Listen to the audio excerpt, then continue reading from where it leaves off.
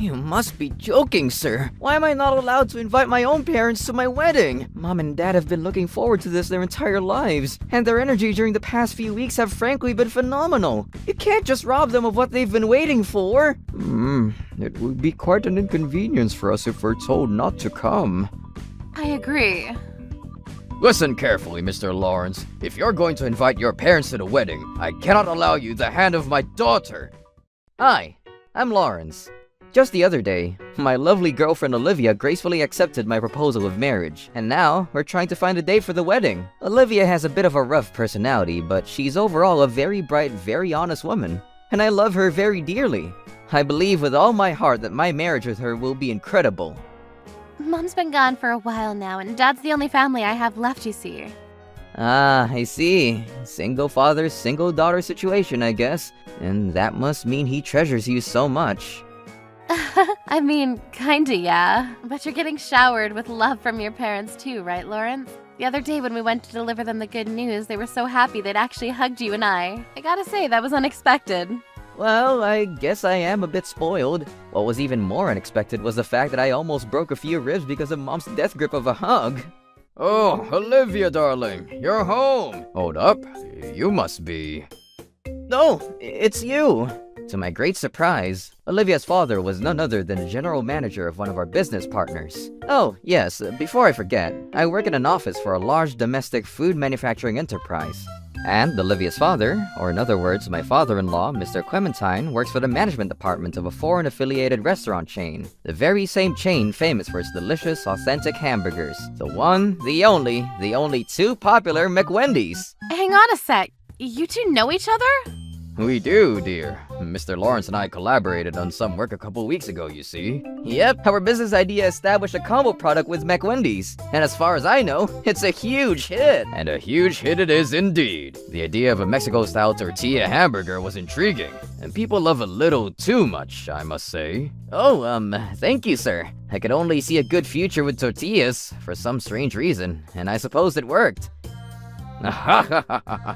Tortillas have a good future, do they? Well then, duly noted. Maybe we could have an entirely separate menu, exclusively for Mexicans. Sir, I must advise you to watch where you're going with this. But in any case, you're the reason why our idea is doing so well, Mr. Clementine. Well, if you two know each other already, then there's no need for formal introductions, I guess. Do come in, I suppose. Who knew Olivia's father was really the general manager of our business partner? Surprising? Sure. Coincidence? For damn sure. Happy coincidence? Oh, hell yeah. In the best of ways. What a day. I never would have imagined in a million years that you were actually Olivia's father, Mr. Clementine. It's a small world after all. By the way, what does your father do for a living, Mr. Lawrence? Considering how his son turned out, I predicted something admirable. He's an ordinary officeman, actually. What? Even at his, ripe age? Well, it's nothing short of ordinary, I agree. An ordinary officeman. Hang on! Did I just detect a brief moment of silence that made it seem like time had stopped? Or am I just imagining things? I want to go back in time to check. Alright, expecto rewindo. Who am I kidding here? I see. An ordinary officeman. The most ordinary of ordinary. The very picture of ordinary. Sir, you sound like a Pokemon that won't stop saying ordinary. Oh, come on now, Dad. We don't need to talk about that kind of nonsense right now. Ah, yes, I agree. For real, for real. I'm sorry. Mr. Lawrence, I'll have you know that I will personally support your life together with my daughter after the wedding. You need not worry about a thing. What? But I couldn't ask that of you. You mustn't hold back, my boy. It's heartbreaking as a father to see his own child live a poor life after marrying the person they love, you see. Your parents may, have some difficulty supporting you, but you need not fret. You have me now. Oh, wow. Thank you so much, sir. I really appreciate it. Damn, talk about a generous fellow. He's even willing to financially help us out with our married life together. I mean, that's McWendy's for you. But something's not right here. Something was bothering a little bit about Mr. Clementine. But I managed to keep it to myself until the meeting was adjourned, so to speak. Whoa, I'm becoming too much of a working man. Later, so that my parents could meet Mr. Clementine in person, I called my parents at their home. Hello? Dad? I finished my visit to Olivia's father, and he's given me his blessing. Oh, that's good, son. That's very good. Oh, I think I'm gonna cry, my boy. Bro, now's not the time to cry. So, now we're arranging for you and Mom to meet Mr. Clementine. I can open up a day anytime, so just let me know once you decided when you think it's best. Thanks, Dad. Send my love to Mom, and tell her about meeting Olivia's father, alright? And then, the day of our parents' meeting finally arrived. Oh, you must be Mr. Clementine. Charmed, sir. And, thank you for taking care of our son. Dad, you're way too over the moon right now. It's a pleasure, Mr. Hook. Mrs. Hook, I'm Flavius Clementine, Olivia's father, and my job is general manager of McWendy's Burgers. I say, that's quite something to be proud of. At this age, it's only natural, my good man. And how about you, Mr. Hook? I must say I'm not as prestigious as thee, Mr. Clementine. I merely work an ordinary office job at a subcontractor company, and I have been working this job for 32 years. But I'm thinking about retiring early since Lawrence here's fled the nest, and I'd like to spend more time at home with my wife. Huh? Did he just laugh in Dad's face? Well, I suppose an extremely ordinary peaceful job in life is best for anyone. Oh, work's calling me. I must go answer. Please excuse me a moment. If I may, Mr. Clementine, your daughter is quite the beauty. It's almost a shame for her to be wasted on someone like Lawrence here. I couldn't agree more. Why should I hand her over to a man raised by this couple of sleazebags? Wait, huh? Mr. Hook, at your ripe age, you're still working as an ordinary officeman? Not to mention you work for a subcontractor company. People in poverty, such as yourselves, are frankly the kind of folk I don't want to interact with. I'll be frank. Well, why would you say something like that, Mr. Clementine? Oh, how embarrassing. I agree with you completely, sir. Dad, don't go about feeling ashamed of yourself. How about you say something, Mom? It's all right, Lawrence, honey. Come on, Mom. How are you smiling in this? Mommy's smile is free to everyone, is why. Yeah, that's true. When it's the manager of McWendy's. Whoa, hold on a damn second. How pathetic. Exactly the kind of poverty people talk I was expecting to come from the likes of you. But that's still not a reason to be so forthright. What's this? Do you not have anything to say for yourself, Mr. Hook? Well, it can't be helped, I suppose, seeing how I hit the bullseye here. No, sir, you have not. Come now, my boy. This is a special occasion. We mustn't get too ahead of ourselves. At least you do seem to know your place here. Like I said, people of our status don't wish to be in the same room as folks from the bottom of the pyramid like you, much less talk to them. That being said, I personally strongly request that you two don't attend the wedding. You must be joking, sir. Why am I not allowed to invite my own parents to my wedding? Mom and Dad have been looking forward to this their entire lives, and their energy during the past few weeks have frankly been phenomenal. You can't just rob them of what they've been waiting for. It would be quite an inconvenience for us if we're told not to come. I agree. Listen carefully, Mr. Lawrence. If you're going to invite your parents to the wedding, I cannot allow you the hand of my daughter. Are you sure you'd like that? But sir, all things considered, this really is going too far. We understand, sir. As you wish, we will not be attending the wedding. You will allow our loving boy Lawrence to marry your beautiful daughter Olivia, I presume? But, Dad... I frankly didn't expect you to give up your own son's wedding so quickly. Perhaps it is true. Love only resides where there is also money. You're the one who personally requested this. What has this meeting become, god damn it? Man, what a day! In any case, it's an occasion you really shouldn't attend for real. Compared to our large family, your image of poverty will only be so apparent, it'll be a most uncomfortable experience for you.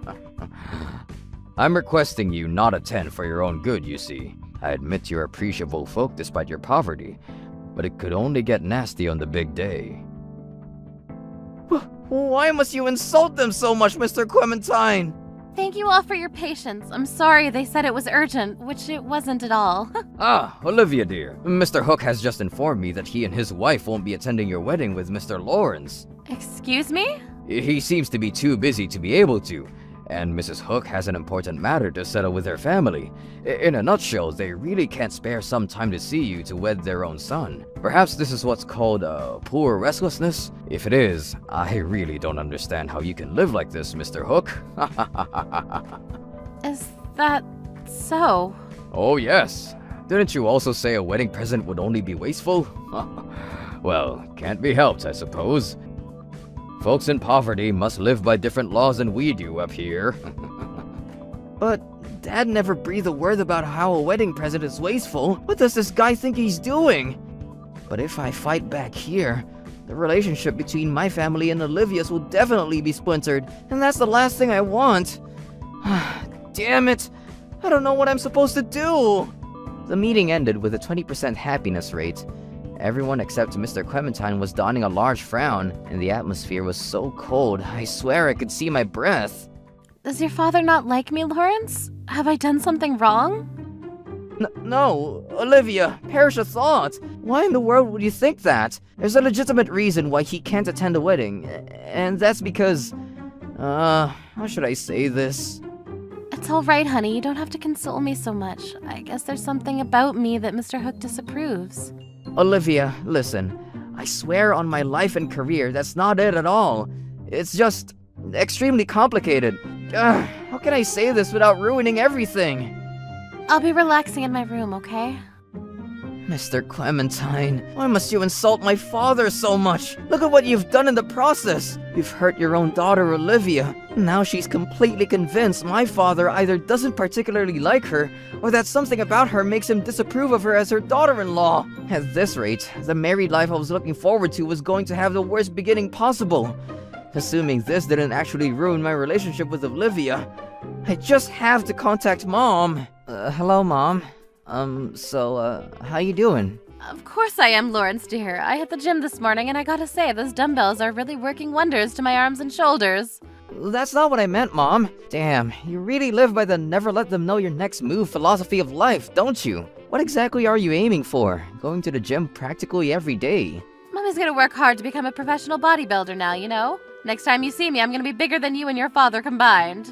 Frickin' amazing ambition! At your age, no less. Make way for the great Annie Hook Schwarzenegger, the roughest, toughest mother known to mankind. What's up, dear? Why'd you call me? Oh yeah, that's right. I completely forgot why I called because of this sparkling conversation about muscle training. I have something to talk to you about. Is it about abs, or is it perhaps about quads? When it comes to hoes two places, you can't really find anything better than I. I'm not here to talk about muscles, Mom. The other day, when you guys met Mr. Clementine, why did you stay quiet even though he was insulting the both of you in your face? Yeah, about that. I have to admit my inner heart pectoralis muscles were going pretty crazy for real. And then, Mom went on to tell me a certain truth that would completely change my understanding of the situation. I later told Olivia everything there was to know, from what Mom told me, to what exactly had happened on the day our parents met. And then, I went on to tell her what was going to happen in the near future, and she gracefully gave a thumbs up. Mr. Clementine had done the inexcusable, and we weren't going to let it go by without exacting vengeance. Troublebusters, initiate! Hello, Mr. Clementine. This is Lawrence Hook speaking. You know, the little prick who's going to marry your lovely daughter. How could I forget you, my boy? What can I do for you? I'd very much like to invite my parents to my own wedding. I come to you on my knees and plead to make it happen. I refuse. It'll only bring shame and embarrassment to our family if such lowlives show up to this momentous occasion. I absolutely forbid it! As we predicted, Mr. Clementine adamantly withheld permission to invite my parents to my wedding. What really pissed me off is the fact that we weren't really poor at all. We always had more than enough to live a nice, quiet life on the outskirts of the city. The wedding was then arranged without the attendance of the newlywed groom's parents. Time went by, and the big day was upon us. Who the hell would call me at this ungodly time? What the hell? Hello? Yes? What? You can't be serious. Now hold on just a minute, please. I'm so sorry, Olivia, but something terrible's happening. Dad, not at this time to celebrate. What's going on? Just now, I was fired from my job. But why? What have I done to deserve this? Who calls someone on their own daughter's wedding day to fire them? Dad, come on, we're right in the middle of the reception. I won't have you screaming your lungs out on this special occasion. But, Olivia, I've been fired, sacked, cut loose, dismissed, canned. When does this ever happen? Oh, these days, having a job 1 minute and without one the next. And how do you think this impossible situation came about in the first place, Mr. Clementine? I do believe there are a few things that must have something to do with what happened. What the hell? This isn't some matter where you can put in your own mediocre suggestions, boy. Perhaps your everyday actions have brought about your immediate dismissal from your job. Maybe you should consider that. Well, why do you know of anything, you little punk? Any child of a crackhead subcontractor officeman living in poverty and misery can shut the hell up. So you finally show your true colors in front of your beloved Olivia now. I applaud you, sir, truly. Do you really think a company would want to keep a person who openly ridicules others as something they aren't on board their enterprise? That has nothing to do with what's going on at my job, damn it! Even in the scenario where my own father is a huge stockholder of your little enterprise? What? I don't really understand what's tripping you up here. My father literally is among the select few individuals who have made a huge investment in McWendy's, you see. During the general meeting of the company's shareholders, held just the other day, he apparently saw you at the right hand of the CEO himself. Did you not notice him yourself? Wait. A large shareholder? An individual like him? But that just can't be. I hear that McWendy's now is making efforts to attempt to lengthen the service of its employees for its own benefit. And yet, regardless, there are a lot of higher-ranked employees that are losing their jobs recently. But that has nothing to do with me. Perhaps those particular people never took their jobs seriously, slacked off, and ultimately paid the price of such selfish actions. Is that really the case, though? At the end of the general meeting of company shareholders, my father personally demanded the company give full disclosure as to why exactly there are so many people leaving the enterprise. He even went so far as to suggest firing whoever was responsible for it, if the matter was quite substantial. But why? Such drastic measures. I don't know anything, I say. All I was ever doing was helping folks out with their work. The truth of your reputation's worked its way up the chain of command, Mr. Clementine, and this is its culmination. Seems like you're responsible for harassment of all kinds across the board. Power harassment, sexual harassment, moral harassment, alcohol harassment. Frankly, the list of your sins goes on and on and on. Looks like you find yourself on the other side of the smile set. In deep disgrace for what you did to good people. Your existence in the company's been determined to be the sole cause of the large number of employees quitting their jobs. Now, do you realize why you've been fired? Ranked officers in these foreign affiliate companies are truly astounding in these domains. They're very hardworking, and their performance leads them to greatness and better salaries, but that's at the cost of their own humanity. And once it's discovered that this inhumanity has been causing problems around the company, they're immediately sacked and dumped on the street. In your case, all it took was a single phone call for you to lose your job. But please, I beg you, I apologize to you deeply. Honest to goodness, just please convince him to give me my job back. What are you on about? It's not me that you should apologize to, you see. Isn't that right, Dad? Oh no, I'm so terribly sorry for my behavior. Please forgive me. You think you can fix everything with a single apology? It's too late, I'm afraid, Mr. Clementine. You're nothing but an ulcer to your company. The same company I've invested in along with more than 300 other people. It's your responsibility that you got fired, and yours alone. But you realize Olivia won't have anyone to support her with her own father out of a job. I cannot allow my own daughter live in misery. You understand, don't you? Actually, Lawrence told me everything that's been going on a while back. And that's why I've known this would happen. And that's why I personally approved it. For real, you're such a scumbag, Dad. Olivia, darling, please help me. Dad needs you now more than ever. Don't you go thinking everything'll be alright if you only kind to me, eh? Can't respect you anymore, Dad, now that I know that you're someone who always puts himself before others and never respects them either. Please don't say such things. Have you forgotten that I've taken such good care of you all these years? As your loving dad? I'm so sorry, Dad. I'm really grateful you raised me as you have, and I'll always be indebted to you. But regarding this particular matter, I can't forgive you no matter how much I try. You caused so much trouble and you hurt Lawrence's parents, along with so many good, innocent people who've worked for your company.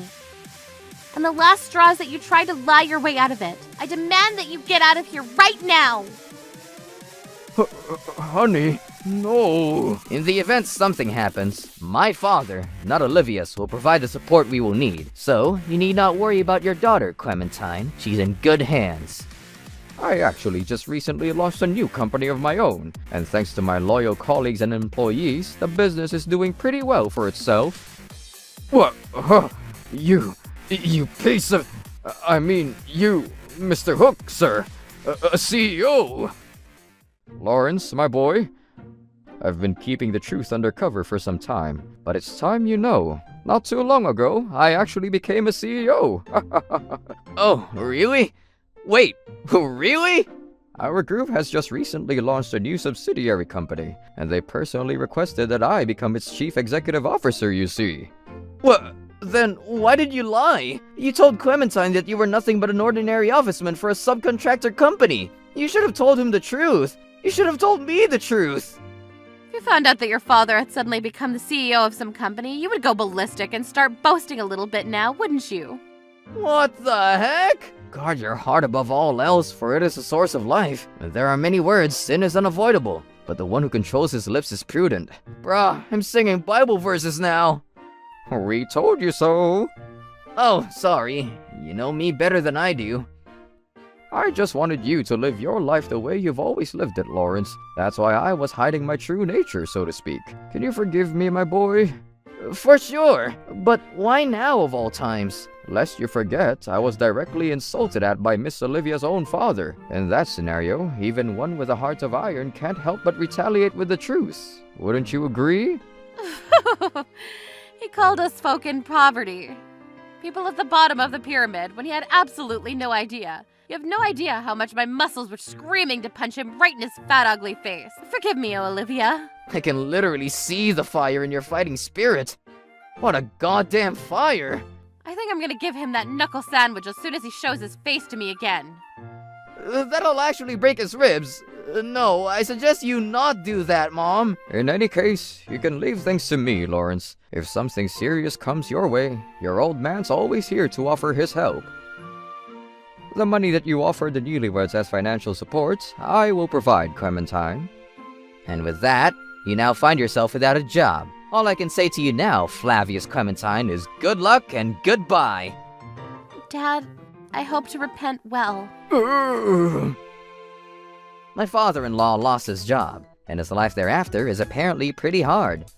I'm begging you. You're looking for some new rookies to work for your company, right? How about you hire me, this elite businessman who used to hold the position of head manager of McWendy's? I'm sorry, buddy, but we don't hire people like you in our company. Our workplace motto is, all good things come to those who make a workplace comfortable. Please! We're relatives, aren't we? I'm going to cut our relations forever, Flavius. And there's nothing you can do that'll stop me. I don't want to be related to anyone the likes of you. All of his relatives who'd attended the wedding saw the whole thing with Flavius Clementine unfold before their very eyes. His true colors were revealed to them, and as a result, every single one of his relatives apparently cut their relations with him. He's now completely isolated, and coupled with the fact that he was fired at probably the most inconvenient time of his life, finding another job would be pretty difficult to say the least. Nowadays, he's living a poor life alone somewhere in the city. I wonder if he went a little too far with our vengeance. It's fine, Lawrence. Some people need to experience at least some suffering in order to realize that they were at fault. I know my father could never be convinced to see he was in the wrong, so this is probably the best, if not the only alternative. You really can't discriminate against people based on their mere social rank and salary, huh? No, you can't. If he convinces me that he's repented his actions enough, I'll forgive him someday. I guess that's fair.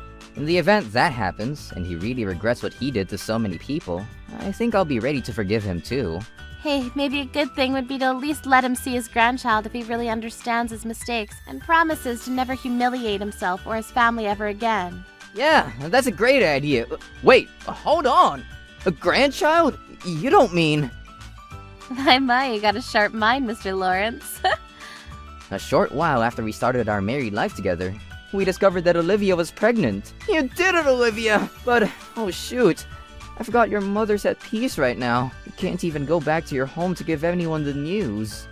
Yeah. Listen, Olivia, if you're okay with it, I'm sure my parents would love for you to come live with us in our own home. What do you say? It doesn't have to be so long. It can be something like until we get the hang of taking care of a child, with both of us working and all. Your parents really won't mind? Won't we be a bit of a bother to them? They'll be overjoyed, honey. I know they will. Especially Mom. And she can be a big help raising our baby. Well then, if you insist, I'd love to. And that's how Olivia and I started living with my parents. Olivia, dear, you can always count on me for anything and everything, okay? I will not allow you to hold back, and I'll do my best to become the greatest mother-in-law in the world. Thank you so much, Mrs. Hook. Oh, that's right. I have the perfect exercise regimen for pregnant girls. You're gonna become my personal Padawan, Olivia. Let's work out well and prepare for childbirth together, all right? Oh, dear, you're so sprightly, Mrs. Hook. I really can't fall behind now, can I? Teach me the ways of the muscular force, oh master. By the way, Dad, what was your company's domain? Was it computer software? Food? Fashion? Bubblegum? We sell protein powder and gym products, my boy. We're huge among workout enthusiasts around the country, and that's why business is going pretty well these days. And only God knows why, but your mother also got pretty hooked too. You can never fully trust a human being, but you can always trust your own muscles to do the right thing for you. I hope the child in my belly will grow up to be someone as energetic and charismatic as you, Mrs. Hook. You need not worry, my dear. I'm gonna train that proud baby of yours when they're old enough to hold a dumbbell. I gotta think of a good training program right now, actually. This'll be new. I've never trained an actual child before. Thank goodness for that. You really do have a supernatural being resting inside that passionate heart of yours. Hell yeah! And we also gotta make sure the baby gets a buff heart. Whoops, I mean a bright heart. Kindness and compassion are pretty key in this world, I must say. Yeah, just like you guys. This particular incident has caused me to deepen my respect for my parents. For Dad, I respect his relentless, hardworking spirit and his capability of keeping humility without arrogance.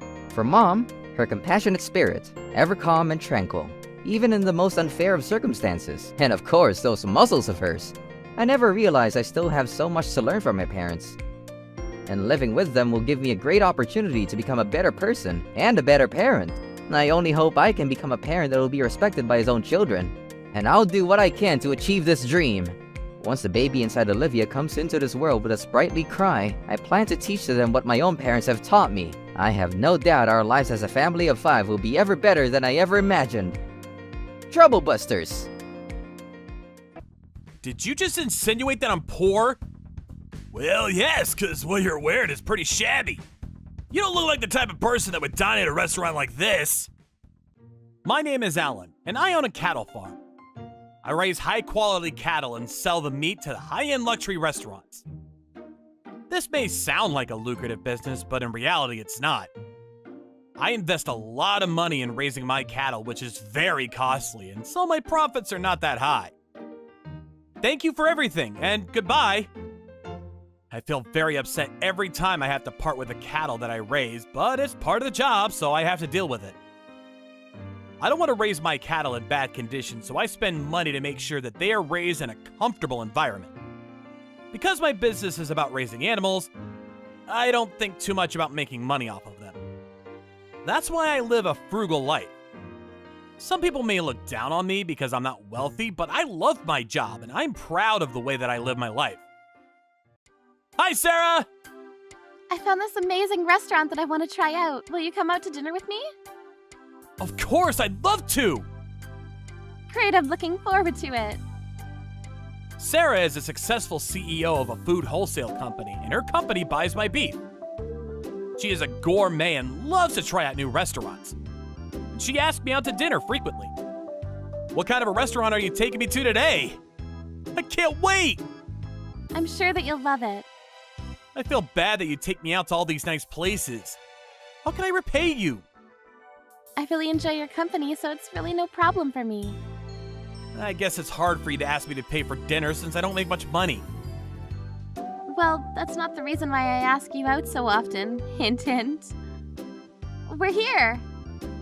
This place is so fancy. I've never dined at a place like this. I suppose it is. Isn't it fun to try new places out? I should have dressed up more. Don't worry about it. This place doesn't have a dress code. Aren't I going to be out of place with my ugly striped top? I hope they don't kick me out. You look fine. Now let's go. I was nervous about going inside this nice restaurant looking the way that I did. You see, there's lots of people eating here wearing casual clothes. You're right. Whew. What everyone else is wearing may be casual, but their clothes are designer labels. That guy over there is wearing a t-shirt from Gucci. You worry too much. Let's get seated. Hello, welcome to our restaurant. Did that waiter just laugh at what I'm wearing, or was I being paranoid? Our menus are quite expensive, so please make sure you check the prices before making your order. We wouldn't want you to run out of money. Okay, thanks for the advice. We'll take 2 of the beef course, thank you. For some reason, the waiter completely ignored Sarah's order. What was wrong with our waiter? Here are your aperitifs. I noticed that our waiter wasn't very careful when he poured us our drinks. Was he doing it on purpose? I couldn't tell. These are the appetizers. Here you go. Our waiter wasn't the kind of person I expected to be working at a fancy restaurant like this. I don't like our waiter's attitude. He's being kind of rude to us, don't you think? I agree, but let's not let that ruin our meal. You're right. Let's enjoy our time together. Food looks great. It really does, and it tastes delicious too. Yes, I love how they season the beef. I love watching you eat. It makes me so happy. Oh, does it? I'm glad. Sarah, you should try this dish before it becomes cold. Oh yes, I was too busy watching you eat. It's cute that you have some sauce on your face. Oh, I'm such a slob. How embarrassing. Oh, and you dropped your knife onto the table. You make me smile. Please don't tease me. You're making me blush. How's work for you these days? Things are going well. The work is hard, but it's very fulfilling. I usually work all day long, so eating out like this is like a vacation for me. Well, I think it's great that you're so passionate about what you do. Well, thank you for supporting me all this time. Alan doesn't seem to realize that I'm totally in love with him. I've been dropping hints the entire time. Are you almost finished eating? Huh? Is there a time limit to how much we can stay here? Well, we're having a nice chat over wine right now. How about you stop wasting your time and propose to your girlfriend? Me propose? We're not dating. What? Why did you assume that I was going to propose? We're simply here to enjoy the food here. Oh. Don't be stupid! A person like you wouldn't reserve this restaurant if it weren't for something important like proposing to their girlfriend, right? Did you just insinuate that I'm poor? Well, yes, because what you're wearing is pretty shabby. You don't look like the type of person that would dine at a restaurant like this. You're being very rude to my friend. I know that I'm not dressed up, but I didn't know that I was coming here tonight. Are you saying that my clothes make me look poor? Well, if you intend on proposing, you should have worn something nicer. But I guess you don't have the money to buy nice clothes. Well, I'm sorry that you feel that way about me. You got it all wrong because this isn't a date and I'm not going to propose. I overheard you earlier and it seems like your work is manual labor. Do you work day labor jobs? Actually, my friend works as a... There's no need for you to defend me. He's absolutely right. My work is manual labor. I kinda got that from what you wear. You totally look like the type to do manual labor. The restaurant is out of your reach, but you reserved it because this is a special occasion for you. Does that sound about right? Propose now and get going before your girlfriend spends any more of your money. Come on, go on. We're all waiting. Please stop. You're not listening. I'm not here to propose.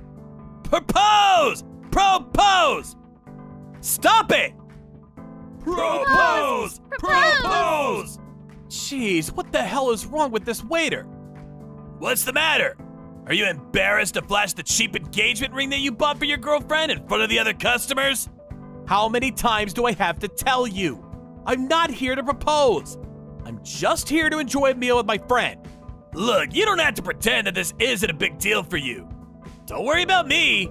Do your thing and go on home. I don't really care what you came here for. It's just that I'd like to see the new customer at this table, that's all. If you're not going to propose, please leave. I'm sure that our next customer will spend more money here than you ever could. But we're still drinking our wine. You can't kick us out. I agree, it's not good to let this wine go to waste. We'll be on our way as soon as we finish drinking this wine. Now, will you leave us alone? Yes, please do. We came here to enjoy our meal. Please don't bother us anymore. Don't ruin my time here with Alan. Dude, you just spilled our wine. How could you? What is wrong with you? Look, your wine's gone now, so you can leave now. You're the one that spilled our wine on purpose. Shouldn't you bring over a new glass of wine as an apology? What if I say no? I can show you to the exit. It was nice serving you. Sarah, let's get out of here. I've had enough. Yes, let's go. I'm sorry about that. Had I dressed up more, that waiter wouldn't have picked on us. Must have been embarrassing for you. Please don't apologize. This wasn't your fault. I don't think that it was our outfits that set off that waiter. He's just not nice, that's all. I should have accessorized more so that he would have treated us with more respect. I think you look great already. No need to accessorize. This is totally my fault. Should have never worn this top. I'm so sorry. You like the way I look? That makes me so happy. Well, it's the truth. I love what you're wearing. Oh, you like my clothes. I see. I'm sorry if I ruined your night. Alan, please stop apologizing. I was the one that picked out this restaurant. I regretted not dressing up for my dinner with Sarah, but it wasn't really my fault. That waiter was taking it out on me for no good reason. Hello, Sarah? Okay. See you soon. Sarah asked me to come and see her again. We'd only said goodbye after dinner an hour ago. I didn't know what she had planned, but I felt like this was our opportunity to get back at that rude waiter. I wasn't going to forgive him. Trouble Busters! Sarah? What is the matter with you? What happened? We apologize for what happened. Please accept our apology. Sarah, please explain to me about what happened. What's going on? We had no idea that your farm was the one providing us with the high-quality beef that we serve at this restaurant. We're going to fire our waiter for his rude behavior to you. That's the least that you could do. He was very rude to us. He ruined dinner for us. Please forgive us. We need you to continue supplying us with your beef. It's what makes our restaurant so special. I had no idea what was going on. I'm sorry about ruining our dinner. Alan, I'm going to go back to the restaurant and fix things. Welcome to our restaurant. Oh, you're that customer from earlier. You have a really bad attitude, you know that? Are you here to drink more wine? I'm sorry, but we don't have any more wine to serve you. You can lick the spilled wine off the floors if you like, though. Actually, you can do that. I'll give you my leftover wine. I was just trying to tell you that you don't belong at this restaurant. Did you not get my message? Now do you understand? What's wrong with you? Do you want some more wine? Get the chef to come over here now. Why would I do that? I said ask the chef to come see me. How many times do I have to tell you? We don't want you here. You don't fit into our clientele. Why would our chef waste his time to come talk to you? What's going on here? I was just asking this customer to leave our restaurant. She doesn't fit into our clientele. Sarah, what brings you to the restaurant? Was our waiter rude to you? In fact, he was. Very rude and disrespectful. He made negative assumptions about my friend and I without trying to get to know us first. He what? I was on a romantic date with Alan and he completely ruined it for me. I was merely saying that you and your friend don't belong at our restaurant. You should dine somewhere that is more in your price range. You idiot! Why are you angry? How dare you treat our customers that way? Don't you have any manners? Sarah is the CEO of a food wholesale company, and she is one of our business partners. Don't you know who I am? I'm quite famous in the food industry. No, I've never heard of you before. Why would Lee lie to you about this? The top food experts work for Sarah's company. They select the finest ingredients from around the world and provide them to us restaurants. What does that have to do with anything? Don't you know that it's because of the superb ingredients that her company supplies us with that we're able to maintain our 3 Michelin stars? How dare you treat one of our most important clients in this way? She's an important client? That can't be! I have the power to close down this restaurant if I really wanted to. And I can easily have you fired too. You gotta be kidding me! I don't believe you! If you're so important, why were you on a date with the poor loser from earlier? Do you want to know why? Alan is the main supplier of the top-notch beef that you serve at this restaurant. Without him, you wouldn't be able to serve your signature dishes here. No way! Why was he dressed like a beggar then? Alan is frugal and doesn't like to spend money on extravagant things. He invests his money into his business. It's not my fault that I didn't know who he was. He should have dressed up so that he'd blend in with our other customers. Let me say one more thing. You made fun of the way that I'm dressed, but did you know that these are all custom made by the top designers of the world? I had no idea. Not all designer labels are flashy in design. I like simple and elegant designs like what I'm wearing today. I don't think you even have an eye for assessing the true beauty of things. Well, it doesn't matter. All I know is that you two did not look like our other customers that dine at our restaurant. Stop making excuses. We shouldn't be the ones selecting our customers. The customers are the ones that choose to eat here. We should treat all our customers with the respect that they deserve. Even if a customer came in here wearing rags, if they're willing to pay for our food, they should receive the same level of service as anyone else. I see. Your job is not to assess who can eat and cannot eat here. Your job is to serve all of our paying customers. Yes, I understand now. I don't know what to say except that I'm very sorry for how my waiter acted in front of you and your friend. What can we do to earn your forgiveness? I have an idea. How about I go on a date with you? You seem desperate for a boyfriend. Are you crazy? Why would I want to go out with a loser like you? I am a catch. I'm very popular with the ladies. I wouldn't mind going out with you. You're not so bad looking yourself. I'd rather die. I'm already in love with Alan and he's so much better than you. You're no comparison to him. How can you not be happy to be able to go out on a date with me? Other girls would kill to go out with me. If you want me to forgive you, apologize to Alan first. If Alan agrees to continue supplying his beef to your restaurant, then I'll forgive you as well. Understood. Please allow us to apologize to Alan. You need to make sure that you're on your best behavior when Alan gets here. Yes, sir. But before we ask Alan to come here, I need to get you back for what you did to me earlier. Alan, please allow us to apologize to you for our waiter's disrespectful attitude towards you and Sarah. We hope that you will be able to forgive us. I'm very sorry. The beef you provide us with is the highest quality there is. We hope that you will continue to do business with us going forward. Yes, sure. I'm okay with that. Thank you so much for your understanding, Alan. I was really happy when I tasted your signature dish. I didn't know that the beef that I supplied to you could become so delicious with your marvelous techniques. Aren't you being a little too understanding, Alan? But I guess that's what I love about you. I'm sure the waiter didn't mean to be so rude. It was just a harmless mistake, right? If he learns more about hospitality, I'm sure that he can become a better waiter. Wow, you're really nice. You have such a big heart. I need to learn from you. Sarah, let's get going now. Actually, I'm going to stay here a little longer. Would you mind coming over here? Okay then, I'm off. Thanks for dinner, Sarah. After some time, Sarah asked me out to dinner again, and she reserved the same restaurant as the last time. I'm so happy to see you again, Alan. Let's hope that our time at the restaurant is more enjoyable this time.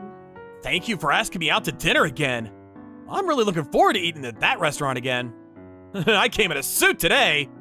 You don't need to worry about what you're wearing, although I'll admit you do look really great in a suit. Well, I think that the place we're going to eat at deserves a little dressing up, don't you think? That waiter from the other day isn't here today? Wonder if it's his day off. Well, if you're rude to Alan ever again, I'm going to make sure that you're not able to work in this industry ever again. But Alan said that he forgives me. Even if Alan forgives you, I haven't. How come you're acting differently now that Alan is gone? This is the real me. By the way, you're fired. Don't show your face here ever again. Gather your things and get out of here, now! Please don't fire me! I'm sorry, but I'm not that nice. You were rude to the guy of my dreams, and now I'm firing you for it. Deal with it. If you don't want to listen to me, I can call over some of my badass friends to roughen you up. You have a minute to disappear from this place. Go! I'm counting. Hurry up! Otherwise, my friends are just a call away. Okay, I got it. I'm leaving. I could have sued your sorry ass, but since Alan was so forgiving, I'm gonna let you off this time. Thank you for being so understanding, and I'm sorry for the way that I acted. You're going to receive my cleaning bill later by mail.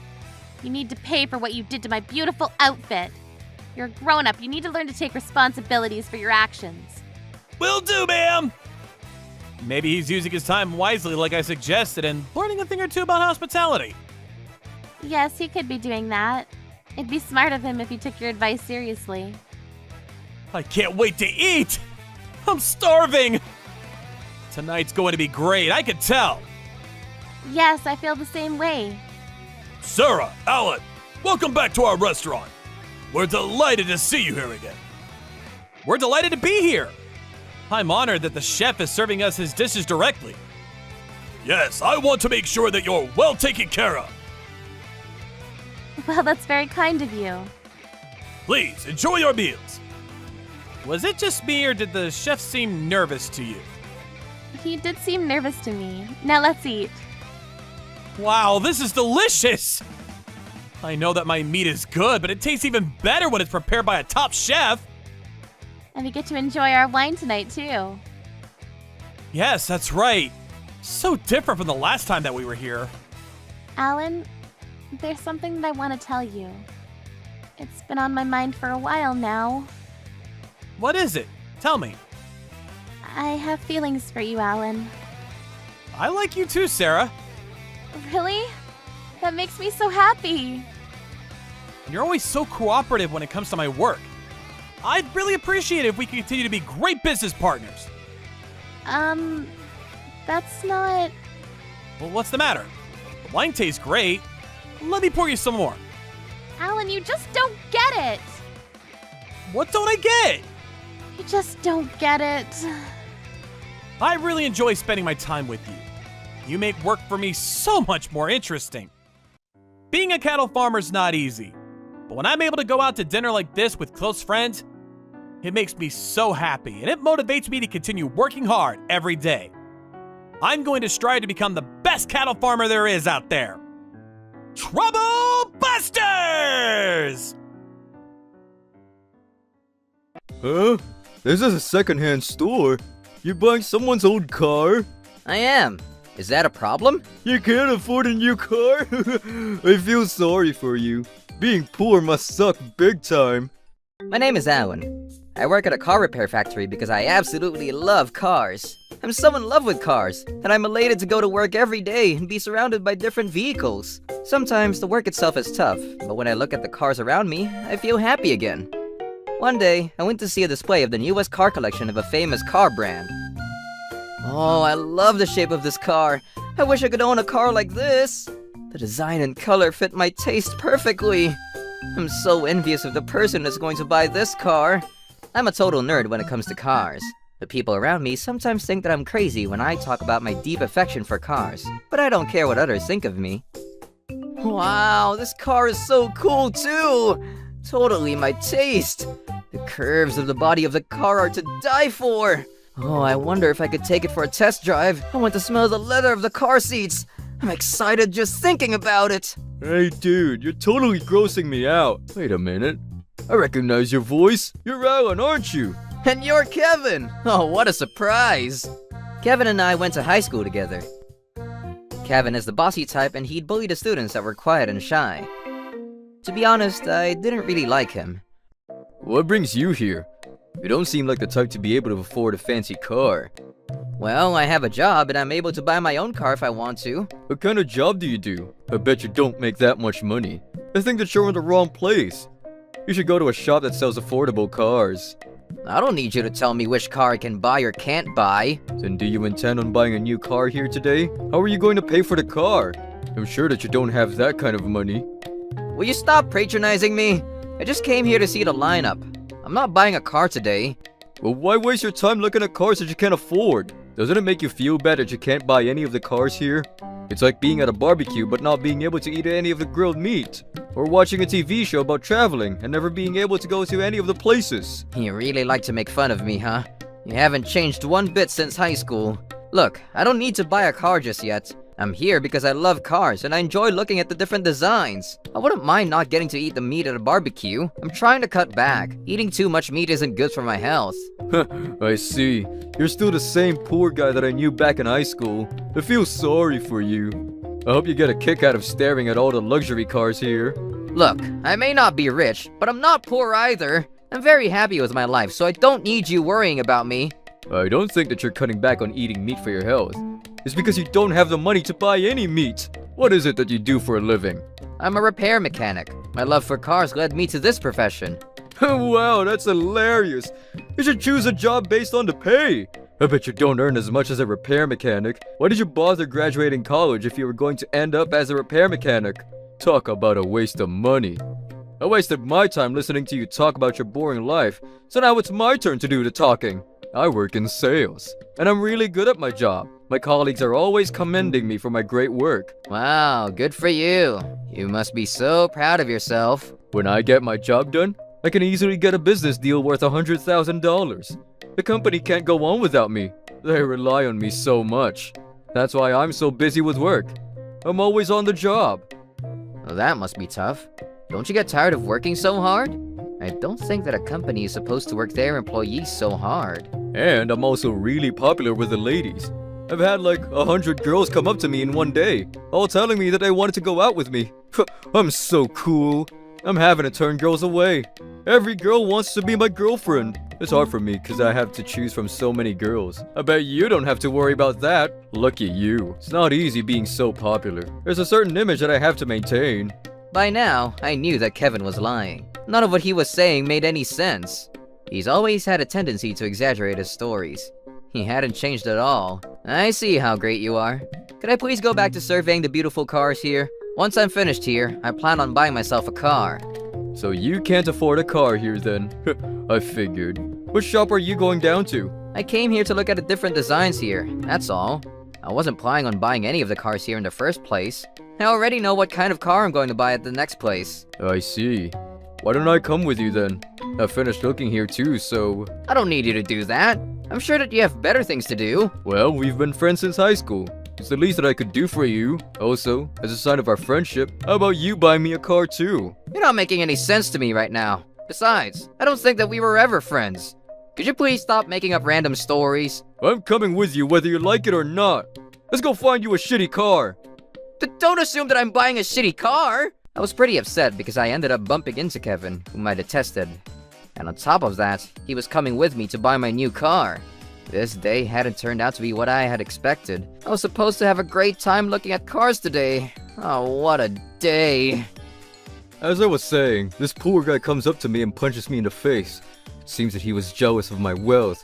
I hate poor people. They're always so angry. Of course, he wasn't able to do any real damage to me because I was quick enough to turn my face away. Why are you telling me this? I'm not interested. This pretty girl was watching from the side and she totally fell in love with me. We spent the night together after that, so I guess it was worth it in the end. Yeah, whatever. But I'm not lonely like you are. I have a girl by my side every night. Sometimes I need to ask more than one girl to come home with me. Otherwise, the line of girls just gets longer. Well, where are your girls today? Why are you alone today? Are you sure you're telling me the truth? You're just jealous because no girl finds you attractive. I'm so much better than you. Everyone knows that. Huh? This is a second-hand store. You're buying someone's old car? I am. Is that a problem? You can't afford a new car? I feel sorry for you. Being poor must suck big time. Will you just shut up? I'm sick and tired of hearing your voice. Excuse me, sir. Could you please bring over the car that I reserved? What the hell is this? This is worse than a second-hand car. It's practically garbage. Why are you buying this piece of junk? What's it to you? You obviously don't know the value of a nice car. And will you stop laughing? It's really bumming me out. If I had to drive a car like this, I'd prefer to travel on foot. Aren't you embarrassed to be seen driving this thing? This is the funniest car I've ever seen. Actually, this car is perfect for you. In fact, I can't see you driving anything else. I don't care about what you think. Today was supposed to be a special day for me. You've totally ruined it for me. This day's turning out to be terrible. Well, I think that I've wasted enough of my time being here with you. I've got to get going now. I have an important meeting to attend. I can spend another month laughing about your rundown car. See you, Alan. I'm so glad that he left. Good riddance. It felt bad that my car was dissed by someone like Kevin. Alan, I feel bad about what Kevin said about us. Yes, me too. I should have stood up for you. I'm glad that we met. You make me so happy. This guy is totally creeping me out. He's having a conversation with a car. I now had the car of my dreams, but I was still upset about my encounter with Kevin. He made fun of me, my job, and my new car. I couldn't forgive him, and I couldn't get his annoying laugh out of my mind. I decided to go for a walk to clear my mind. Oh, I love that car. The one next to it is pretty cool too. When I'm upset, the best thing for me to do is go look at some beautiful cars. Alan, are you favoring other cars over me?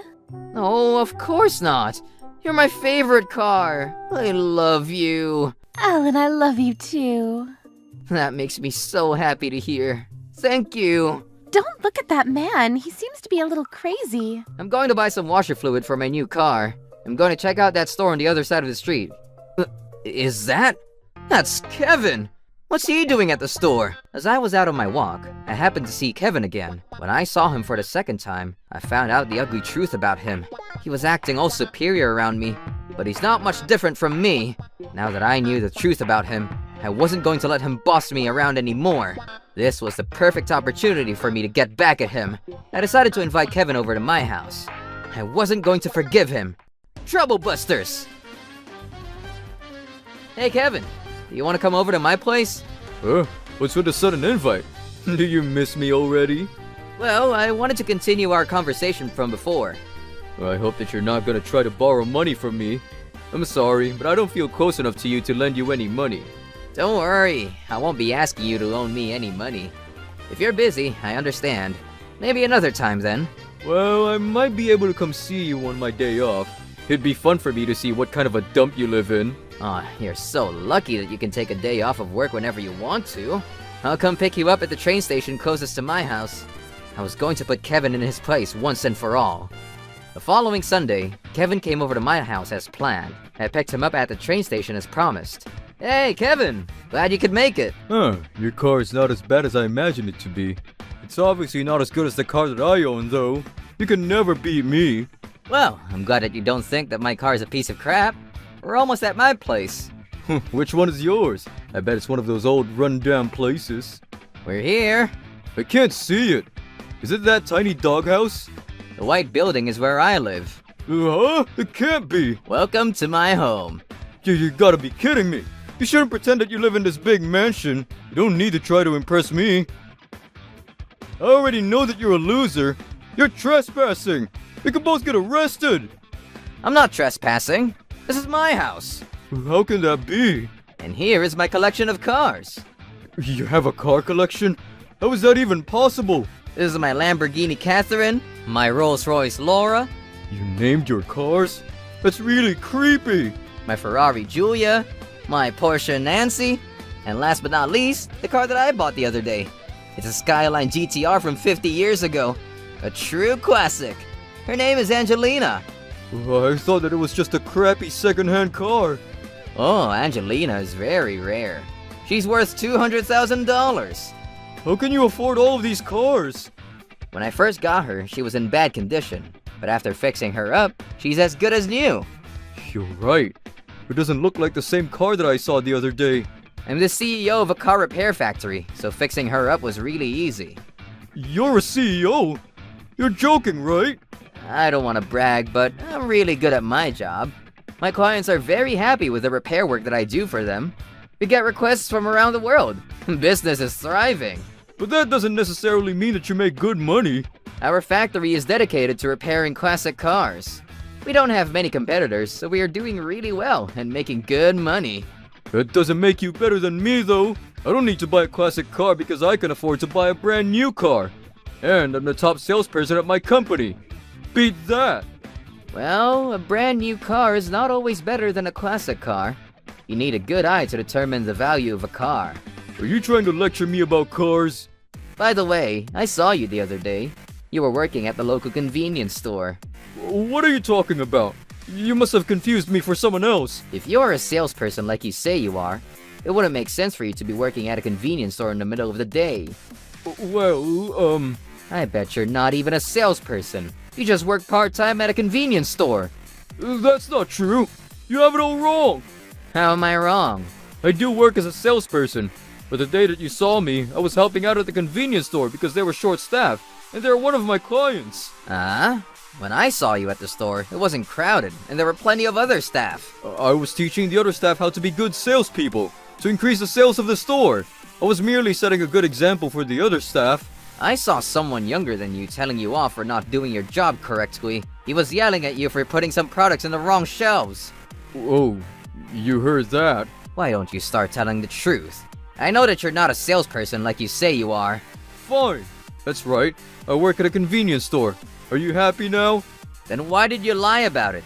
I don't care what you do for a living. Technically, it wasn't a lie. I really did work in sales, but I no longer do. Why? I was really stressed at work, so I ended up spending all of my hard-earned money on gambling. I ended up borrowing some money because my paycheck wasn't enough. I see. That's a pretty messed up past. But was so addicted to gambling that I ended up stealing money from the company too. The company found out and they fired me on the spot. Stealing is a serious crime. You're lucky that you got off with just losing your job. I work at a convenience store and I'm trying to pay back my debts little by little. Alan, will you help me out? Some guys will try to hurt me badly if I'm not able to pay back my debts on time. I don't know what to do. Well, you got yourself in this mess. You need to figure out how to get out of it on your own. You don't need this many cars. Can't you sell some of them and loan me some money? Or you can just give me one of your cars. That would work too. No way. Why would I need to do that? We're not even friends. Besides, these cars are like family to me. Can you loan me some money then? We may not be so close now, but we used to be good friends, right? We were never friends. You always make fun of me. A friend wouldn't do that. You made negative assumptions about me without trying to get to know me first. We used to hang out together back in high school. I don't quite remember what we had in common back then, but I don't remember spending any time with you in high school. didn't we study for our exams together? I remember you stealing my notebook right before an important exam. You had my notes, but you still got a really bad score on your test. Those were some fun times, huh? Look, we were never friends. We just happened to go to the same high school together. That's all. Well, how about we try to become friends now? You invited me to your house after all. I can introduce you to some of my pretty girlfriends. You can get yourself a cute girlfriend in no time if we become friends. I have my beautiful car collection. I don't need a girlfriend. I need to take care of my cars. I don't have time for a girlfriend. Look, I'm going through a rough time. Won't you help me out for old time's sake? If you were someone worth helping, I would. Unfortunately, you're not someone that I'm willing to help out. You're ruthless. Don't you have any compassion? I can say the same thing about you. You've always looked down on me and treated me unfairly, so don't expect any kindness from me. If you want people to be nice to you, you should start by becoming a better person. Stop lecturing me. I'm sure that you're no better than me. If you're not gonna help me, I'm gonna steal one of your cars. Why do you resort to crime so easily? What's going on here? I won't let you take any of my cars. My house is equipped with the state-of-the-art sensors, and if anyone tries to steal my cars, an alarm is set off. The police and security company are on their way now.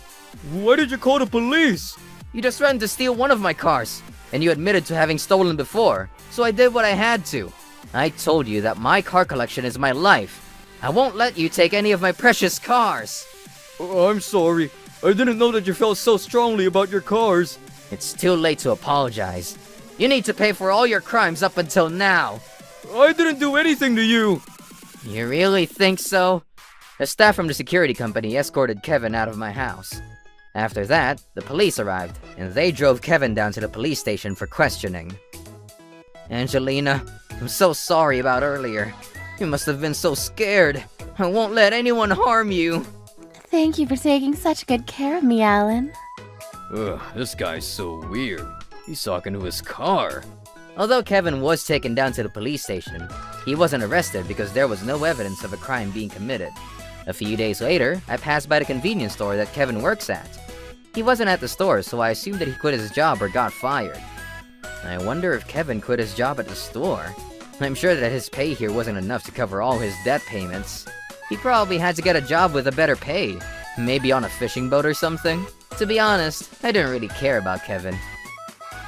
Help! Somebody help me! Stop wasting time and get back to work, you idiot! I miss my mom! I wanna go home! I'm so excited to go see the new car collection today. I love cars so much. Look at the colorful lineup that they have here. I'm so at ease when I'm surrounded by fancy cars. The elegant shape of this model is to die for. Ooh, that woman is a car fanatic like I am. This car is amazing too. I can't choose, they're all too beautiful. You have a great eye. Really? I'm flattered. Most people are turned off. Why would they be? I think it's great that you have a passion for cars. I love cars too, so I totally understand where you're coming from. I'm so happy to have met someone that has the same appreciation. I can't imagine a life without cars. The same here. Would you like to walk around the showroom with me? That'd be great, I'd love to. Great! Let's go! Would you like to grab some coffee too afterwards? I would love to talk about our shared passion for cars. That sounds lovely. Once I start talking about cars, I can talk about them for 2 days straight. Wow, that's pretty amazing. That's fine by me. I have all the time in the world. Me too. I met Melanie at a car showroom, and we hit it off instantly. After seeing each other several times, we officially started dating. I used to always drive on my own, but I'm so happy that I have you by my side now. I feel lucky to have met you, Alan. There aren't many people that understand my passion for cars. Melanie, would you make me the happiest man in the world and marry me? Yes, of course. I can see that we're going to be very happy together. I totally agree. I'm so happy that you said yes. Once we have children, we won't be able to spend so much money on cars, though. I don't mind as long as we are one big happy family. Once we have children together, my priority would be to provide for them. Thank you for being so understanding, Alan. Besides, I already own so many terrific cars. I hope that our children will love cars as much as we do. Congratulations, Alan, on your marriage to Melanie. We couldn't be happier for the two of you. I have no idea where Kevin is or what he's doing. If he hadn't looked down on other people so much, he may have had a happier life. I hope that he regrets the way he acted in the past and is trying to become a better person. Trouble Busters.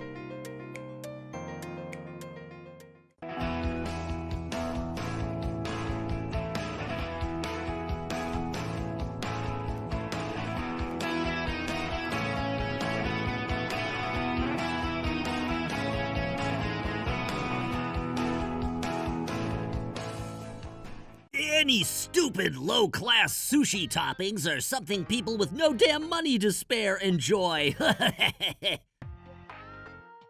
Mr. Norton, sir, what exactly is going on? What the hell are you talking about, boy? Do you have any idea what you've done? What? Whatever did I do, sir? Trouble Busters! My name is Alan, and on this fine evening I was having a nice meal with my wife at a high-end sushi restaurant. I was having a nice meal. Oh, well, looky here! What are you guys doing in a place like this? As you can see, we've come to enjoy some sushi. Oh, I know, I'm not stupid, buddy. I'm asking why people like you are in this restaurant. I'm not sure I understand what you mean. Think about it. You guys look like some folks don't have much money, don't ya? No, that's not really. You're just trying to act tough, buddy. The quality of your clothes is the best evidence of that, you know. Judging someone by their clothes alone. It's not just your clothes, by the way. Huh? You only ordered egg sushi, as I can see, right? Is it unacceptable to order eggs? Any stupid low-class sushi toppings are something people with no damn money to spare enjoy. But they're not just regular eggs, sir. They're actually... I guess you grew up eating some boring excuses for food like that. I feel sorry for you, buddy. I really do.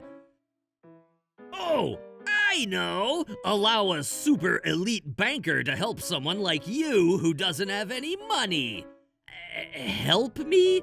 Here you go. Hey, what the? Not on a stranger's plate. Oh, were cucumbers not enough? Then for a one-time offer only, I shall grant you some pickled ginger, too. It's half-eaten, though, so bear with it. Hey, Mr. Harrison, that was over the line. Come now, it's only a half-eaten gourd roll from an elite banker, master. They ought to be honored to receive something like that. Seriously, please stop. Any more than this and... Trying to talk back at me, are ya? But seriously, even for your sake, Mr. Harrison, this has to... It just makes my blood boil whenever I take a damn look at you maggots. Excuse me? Places like this are where super elite bankers like me come. A super elite banker? Yes, indeed. I am Harrison Kingman at your damn service, and I work for Tigerton Bank, a super major bank and a place of utmost dignity and nobility. A place where even crying children are silent. Tigerton Bank, eh? Are my specs so amazing that your face is frozen up? Young Harrison, there's your bad habit again. If you just keep quiet and leave it to me, Master, it'll work out somehow, all right? Listen up. This is not a good place for people like you who don't have any money to spare to come. We have the money ready, but it's only enough to spend on eggs, right? Even so, we're still going to pay, and that's what matters. But even so, it's a high-end sushi restaurant, and if you keep asking for cheap, stupid stuff, you'll just soil its good name. I don't deny that we keep asking for egg sushi, but I don't see how that would be a problem for the store. Young Harrison, I think you've said enough. I'm doing it for you, Master. It's better for the god of fortune to come to your store than the god of poverty, isn't it? That's not the problem. Look, it's a high-class sushi restaurant, so let's both enjoy our meals. How about that? Unfortunately, because of you two crackheads, I can't even enjoy the fun stuff in this restaurant. But why? If you're thinking about each other's sake, you'd be better off leaving the store, let me tell you. Hey, honey, let's just leave. Okay. No, sir, please. Why did we have to go through that instead of enjoying our meal? That's all we wanted to do, that was all. I couldn't contain my shock and frustration. Hey, honey, have a look at this. But this is...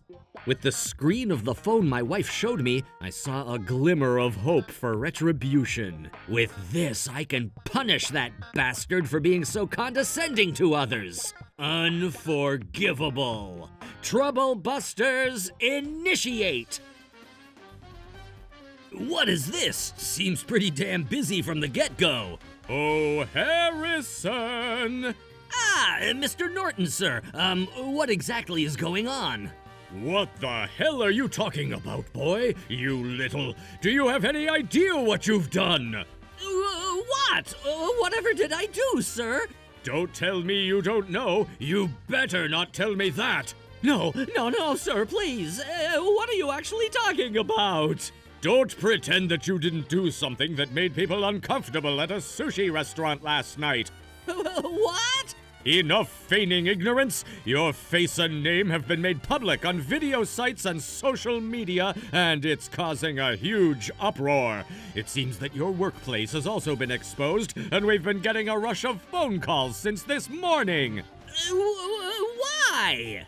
Harrison Kingman, I presume? Yes, sir. I heard that what happened yesterday is the cause of this huge calamity, but can I ask you what happened? Hear ye, the truth, ladies and gentlemen. Even I don't know what's going on, folks. Oh, wow, this is getting pretty bad for you, ain't it? You! From yesterday!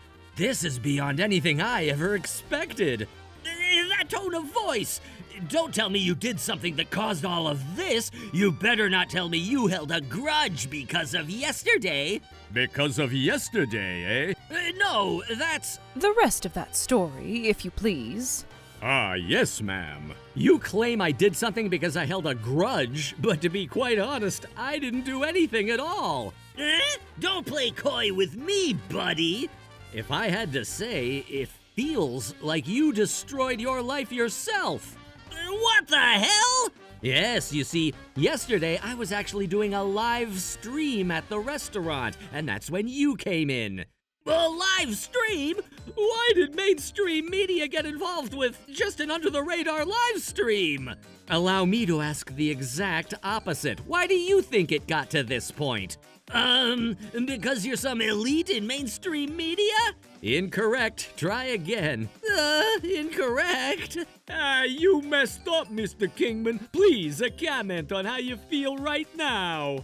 I don't feel anything, thank you very much. Let's try harder next time. Shut up. And now for the correct answer. Even though I may look plain and simple, I'm fairly well known on the internet, you see. A lot of people were watching my live stream yesterday, and I think my viewers just reacted appropriately. Is that so? I was wondering if I thought what would happen was going to happen because of the comments going up in flames, and my prediction was spot on, it seems. No, even so. Isn't it ridiculous how it's come this far? Anything from an influential person on the internet spreads like wildfire all around, you see, and this occasion is no exception. And that's why this situation is now upon us. I also found out about it on social media, actually.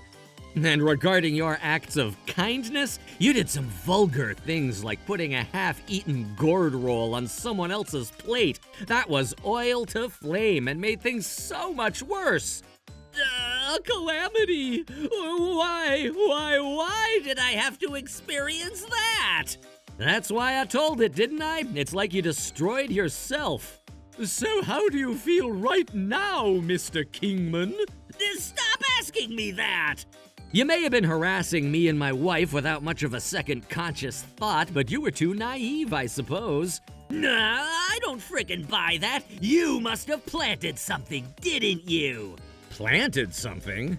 How did my workplace get exposed, eh? And it seems my own name's been spread around, so don't frickin' tell me you exposed my personal information! What? Tell me I'm wrong, I dare you! Perhaps I should show this to you?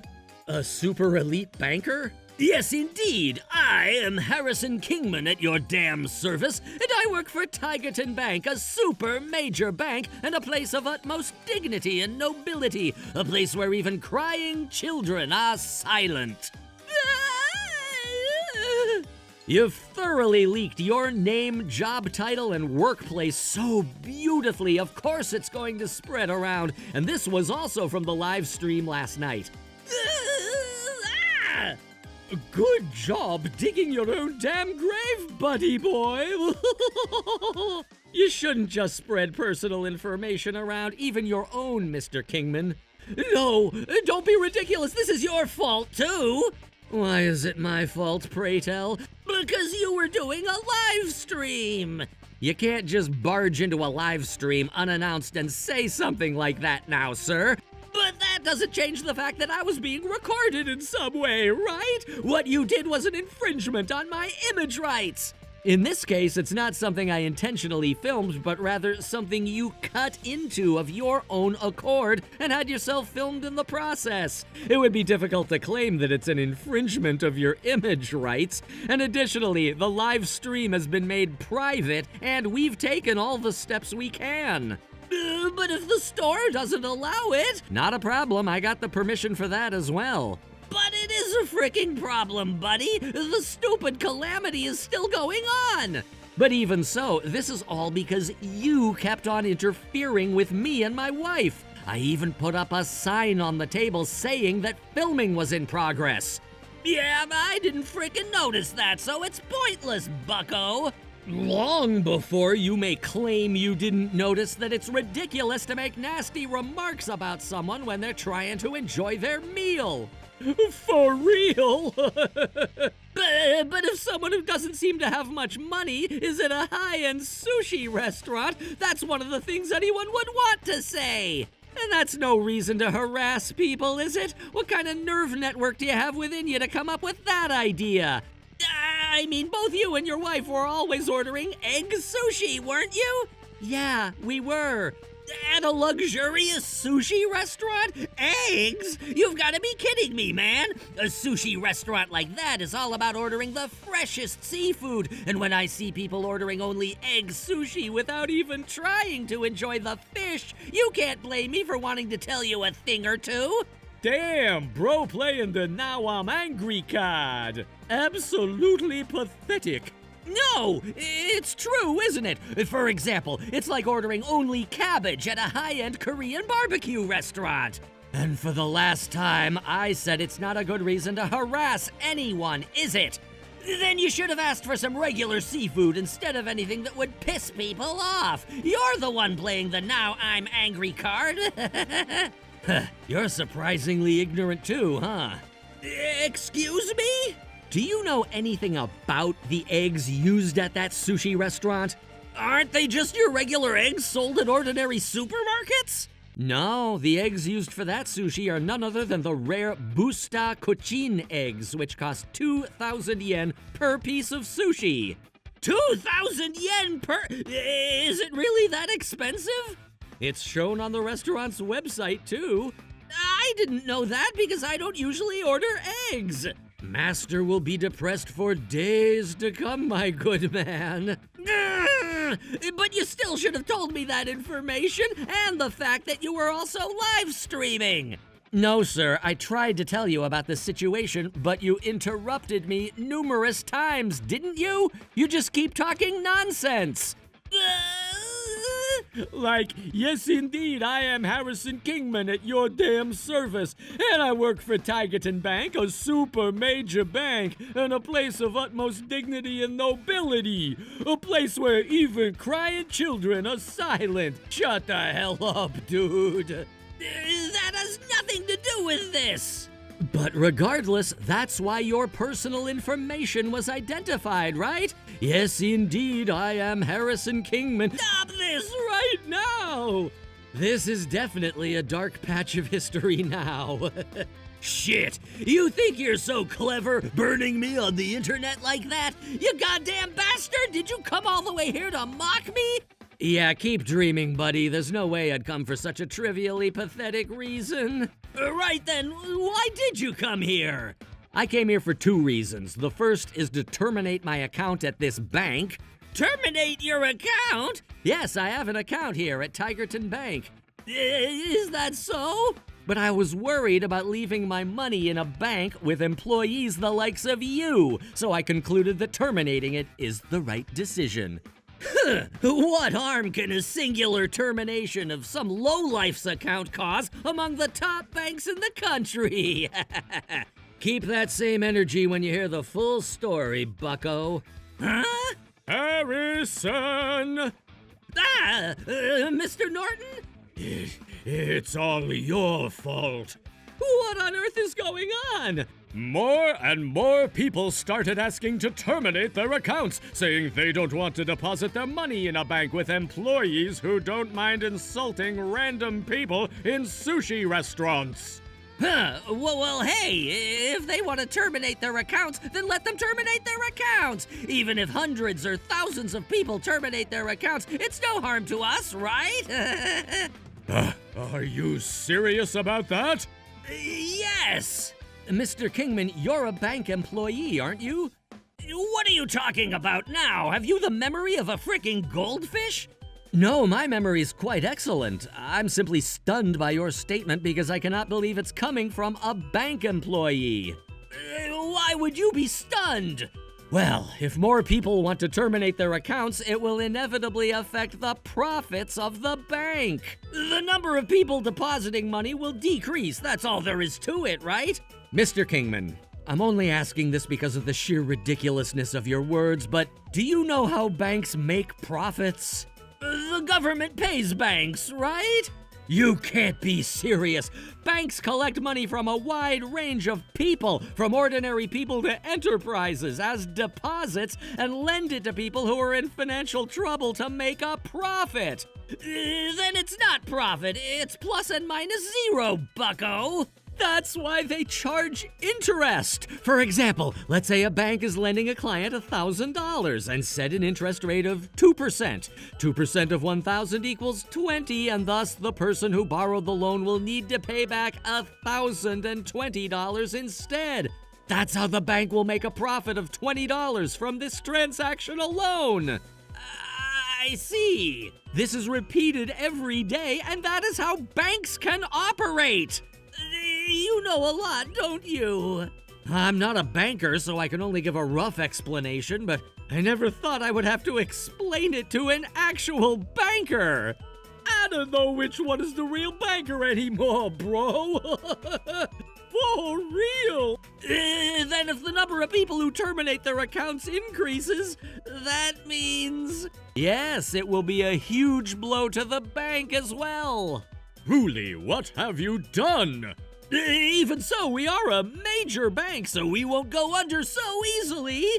And you're absolutely right. Just because this incident has caused a stir doesn't mean the bank will go under. Yeah, then all's well, isn't it? Why the hell was I worried? However, once a bad reputation is established, it sticks for a long time thereafter. Even if there is no catastrophic damage, the negative effects of this incident are expected to continue for a long while into the future. So in other words, there is a possibility that you will cause further losses that should not occur in the first place because of this one calamity. Is that so? Yes, it is. Harrison! Looks like we have to hold you responsible for this, huh? By hold me responsible, do you mean I should just apologize? Don't think it'll be that easy. Well then, what's going to happen? Let's just say that there will be a severe punishment. A severe punishment? That's a reasonable decision. No! Why do I have to suffer so much?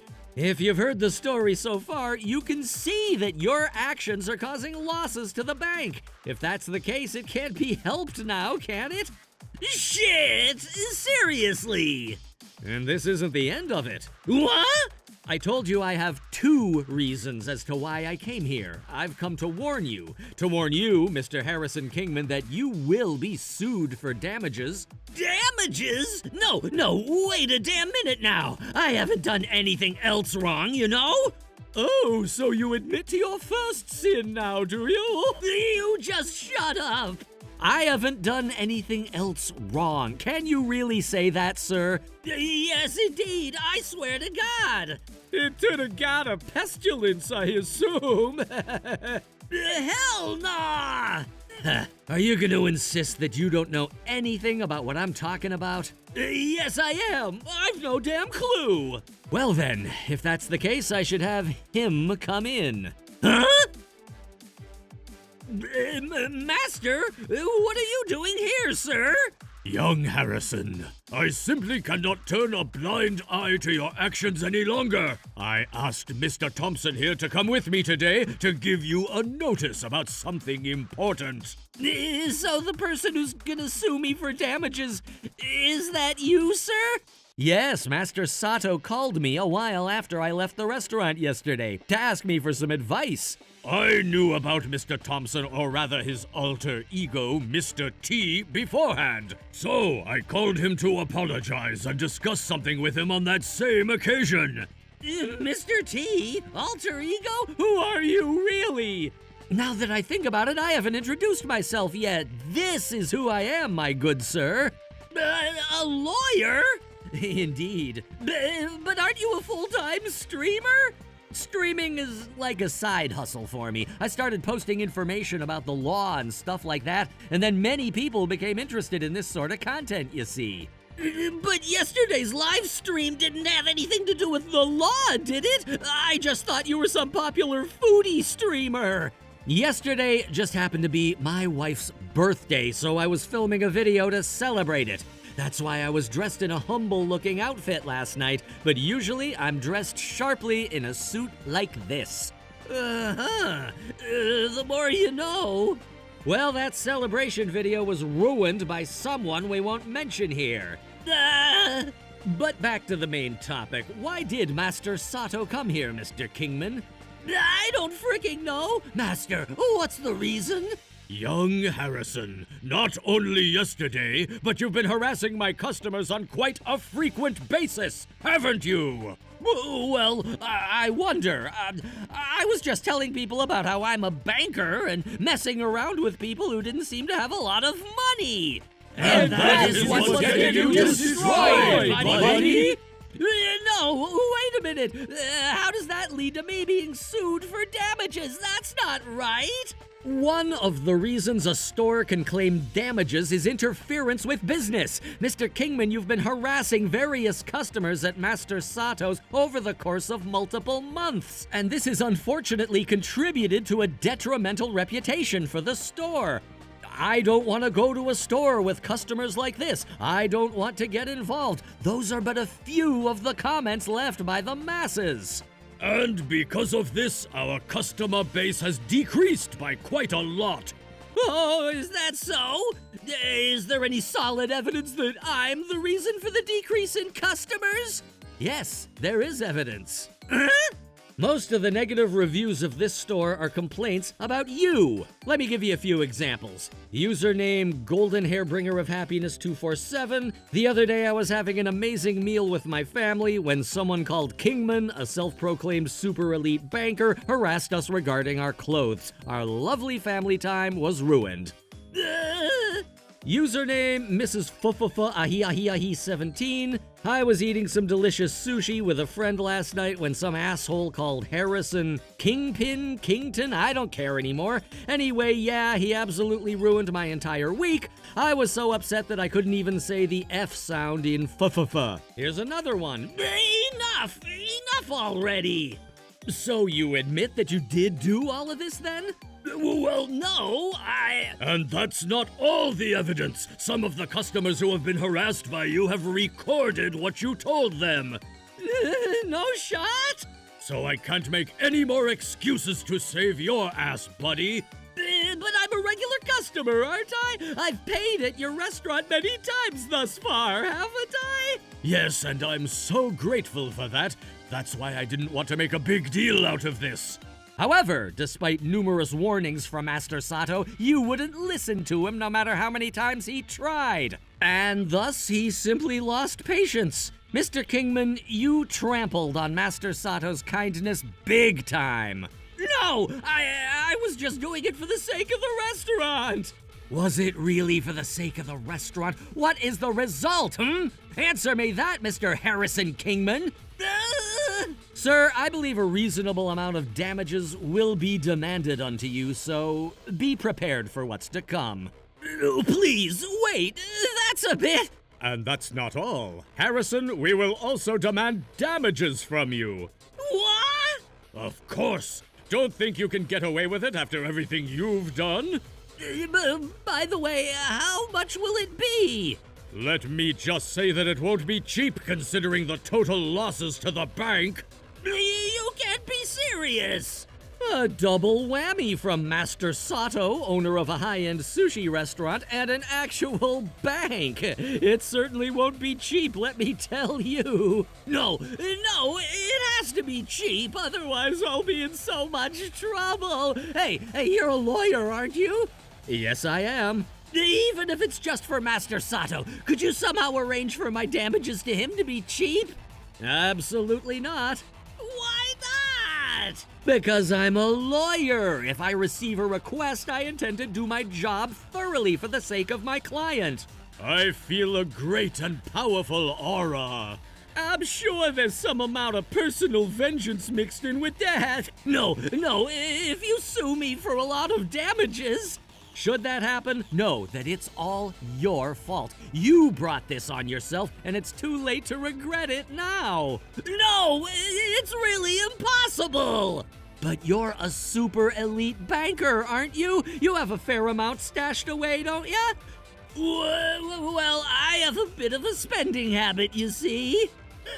Even if you're smart, if you're not good at managing money, what good are you to yourself? Shut up! But you understand the situation, right? So, about me paying damages. But isn't that also for your own convenience? To be brutally honest, your convenience doesn't matter at all. Your actions this time have caused trouble to many people. It's not a matter of whether or not you can pay the money, but it's important that you take responsibility so that the people who are affected can be satisfied, even if it means you paying a large amount of damages. Got anything else to say, huh? I'm so sorry!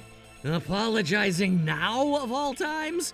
I never dreamed of my actions causing such a huge deal. I was so naive. So, I feel sorry for what I did to you, to you, Mr. T, and to Master Sato and Mr. Norton. Please, I am at your mercy. This is a pattern where they won't forgive you. Why? Even though I apologized? As I said earlier, the important thing is for you to take responsibility in a way that satisfies the people you inconvenienced. They are not satisfied with just a superficial apology. In other words, you must pay damages. No, please.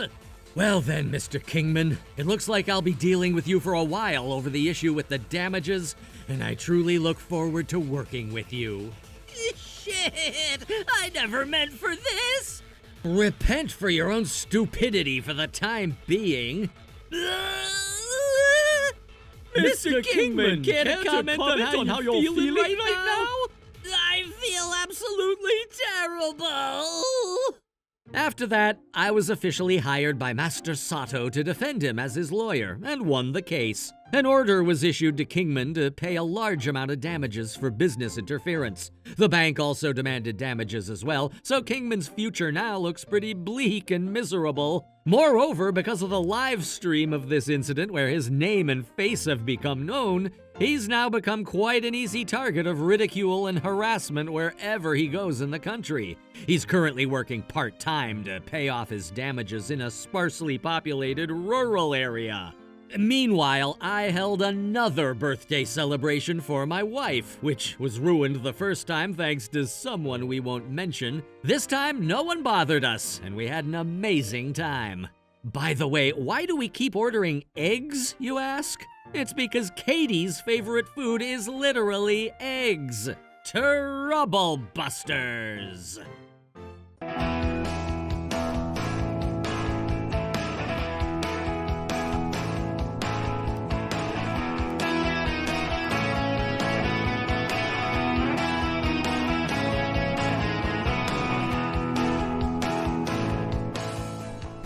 Hey, give back the $3,000 that my wife lent you, Melanie. What? What is this about? Please follow along with this whole thing and give my husband $3,000. Trouble Busters! Our condolence gift for Grandma Smith's funeral is $200, Melanie. So can you match your contribution up with ours? What? Isn't $200 too little? This money is tough for us, you see. People will look at us strangely if we're the only ones with less, so please make sure you get it right, okay? My name is Melanie, and I'm married to Jaden, the second son of 2 brothers in his family, and I live as a part-time housewife. My brother-in-law Evan is already married as well, but I just cannot take a liking to his wife, Evelyn. The brother's very kind grandmother, Mrs. Allison Smith, passed away just the other day. You settled on $200 for the condolence gift, right? I'm sorry, ma'am, but my husband took charge of managing that, and, well...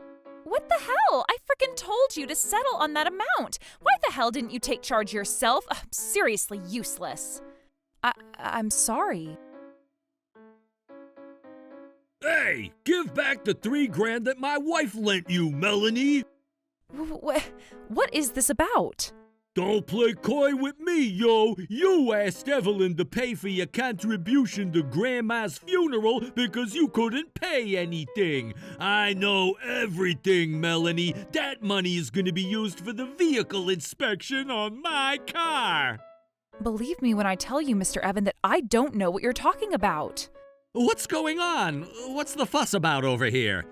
Jaden, what's going on with your damn wife, eh? Melanie, did you do something wrong? No, honey, I don't think I did. I'm positive I didn't. Whatever, just pay me back the $3,000. The vehicle inspection is next week. What are you gonna tell me to do? Run to my company to ask for an additional payment? $3,000? So apparently, Evelyn told Evan that she lent me $3,000 in cash, but I have absolutely no recollection of that at all. Dude, isn't there some kind of mistake? We both work and we're not particularly struggling financially, so I don't think Melanie would ask anyone, let alone someone in the family, for such a large amount of money. So what, bro? Are you saying my wife is lying to me? No, dude, please. That's what I mean. Evelyn also told me this, that Melanie has a quiet, mature face and personality, but is quite careless with money. What the? Excuse me? Jaden, have you ever considered the possibility that Melanie gambles without you knowing? What? Please stop making false accusations. I've never been interested in gambling in my life. Anyway, I won't move a single step until I get the $3,000 back. I could even resort to drastic measures should you even try to turn me away. This is a problem. Melanie, you really didn't borrow any money, did you? Even you doubt me, Jaden? No, honey, please understand. I was just checking. I'm sorry. Evan, I still think this is some kind of mistake. Why don't we call Evelyn here for now? The hell? Yes, I agree, sir. If you call her in person, this whole misunderstanding will surely be cleared up eventually. Hey, you know what? It's true that at this pace, I don't think it's gonna get us anywhere. All right, then. Honey... Evelyn, about the money you lent Melanie. Melanie, can I speak with you privately for a second? Miss Evelyn, what on earth is this? Please follow along with this whole thing and give my husband $3,000. What? $3,000 right here, right now? That's impossible. Why would you? Don't you freaking complain. Just pay him the money. You're usually no good to us at all, so you better be useful to us every once in a while, eh? Huh? Hey, what are you two talking about out here? Nothing, darling. It's nothing. Hey, hold it right. Enough of this. What? I did not borrow $3,000 from anyone. In the first place, who, pray tell, was it that demanded that I match my contributions to Grandma Smith's funeral to your $200? What on earth are you talking about? $200 for Grandma's funeral? No, this is... This month is tough for us, you see. People will look at us strangely if we're the only ones with less, so please make sure you get it right, okay? That's what you told me straight to my face, wasn't it, Miss Evelyn? Did you say that, Evelyn? I'm positive I gave you $1,000 to contribute to the funeral, though. Oh, come on now, darling. You know I wouldn't say something like that. And you, Melanie, you better stop with all this stupid nonsense. Well, if that's the case, should I check with Mr. Smith, the brother's father? Shall we call him up this instant and confirm how much you actually contributed to the funeral? There ain't no way. Don't tell me, Evelyn, that you... No, well... I'll call Dad right now and check. Hey, wait a minute. Hello, Dad. There's one thing I want to ask you. During the funeral and memorial service the other day, how much was the official amount that we contributed to the whole thing? What? The official amount? Answer this question, Dad, without thinking about it. Just tell me the amount straight, please. How much was it? It was $200. Yeah, I heard from Evelyn that it's really hard to make ends meet for you right now. You doing okay, Evan, buddy? Oh, I'm doing great, Dad, thanks. But more importantly, about the contribution, there seems to have been a slight mishap, and the $1,000 I'd prepared somehow became $200. I'll add in the remaining $800 a little later, so could you wait a few days? Are you sure, buddy? If it's really hard to make ends meet, you don't have to push yourself, you know. No, Dad, seriously, I'm sure about this. Thanks all the same. Well then, Evelyn, how about you explain to me what exactly has been going on? Well, I'm very sure I gave you $1,000 for the funeral, but how did it become $200 instead? And where did the remaining $800 go? And also, the $3,000 for the vehicle inspection next week. So you lied once again. This time about lending this money to Melanie, didn't you? There's no way someone who paid $200 for the funeral would lend $3,000 to anyone. The total is $3,800. Where on earth did it all go, eh? Miss Evelyn, I must advise that it'll only be a waste of time if you try to feign ignorance and make up excuses at this stage. Shut up! Melanie's right, Evelyn. You're better off confessing to your mistakes. Cool. What was that? Sorry, we didn't hear you very well. Yeah, so I blew it all off playing pachinko. Sue my ass! What? So, you gambled, Miss Evelyn? I thought you were buying fashion items with that kind of money. So you play pachinko, do you, Miss Evelyn? I play sometimes too, but... What? Of course, within the limits of my allowance, don't worry. Yeah, you little... So you haven't quit, eh? What? You promised when we got married, didn't you? You promised you would never play pachinko again after tying the knot. Did she really? Damn it, Evelyn, now look at what you done.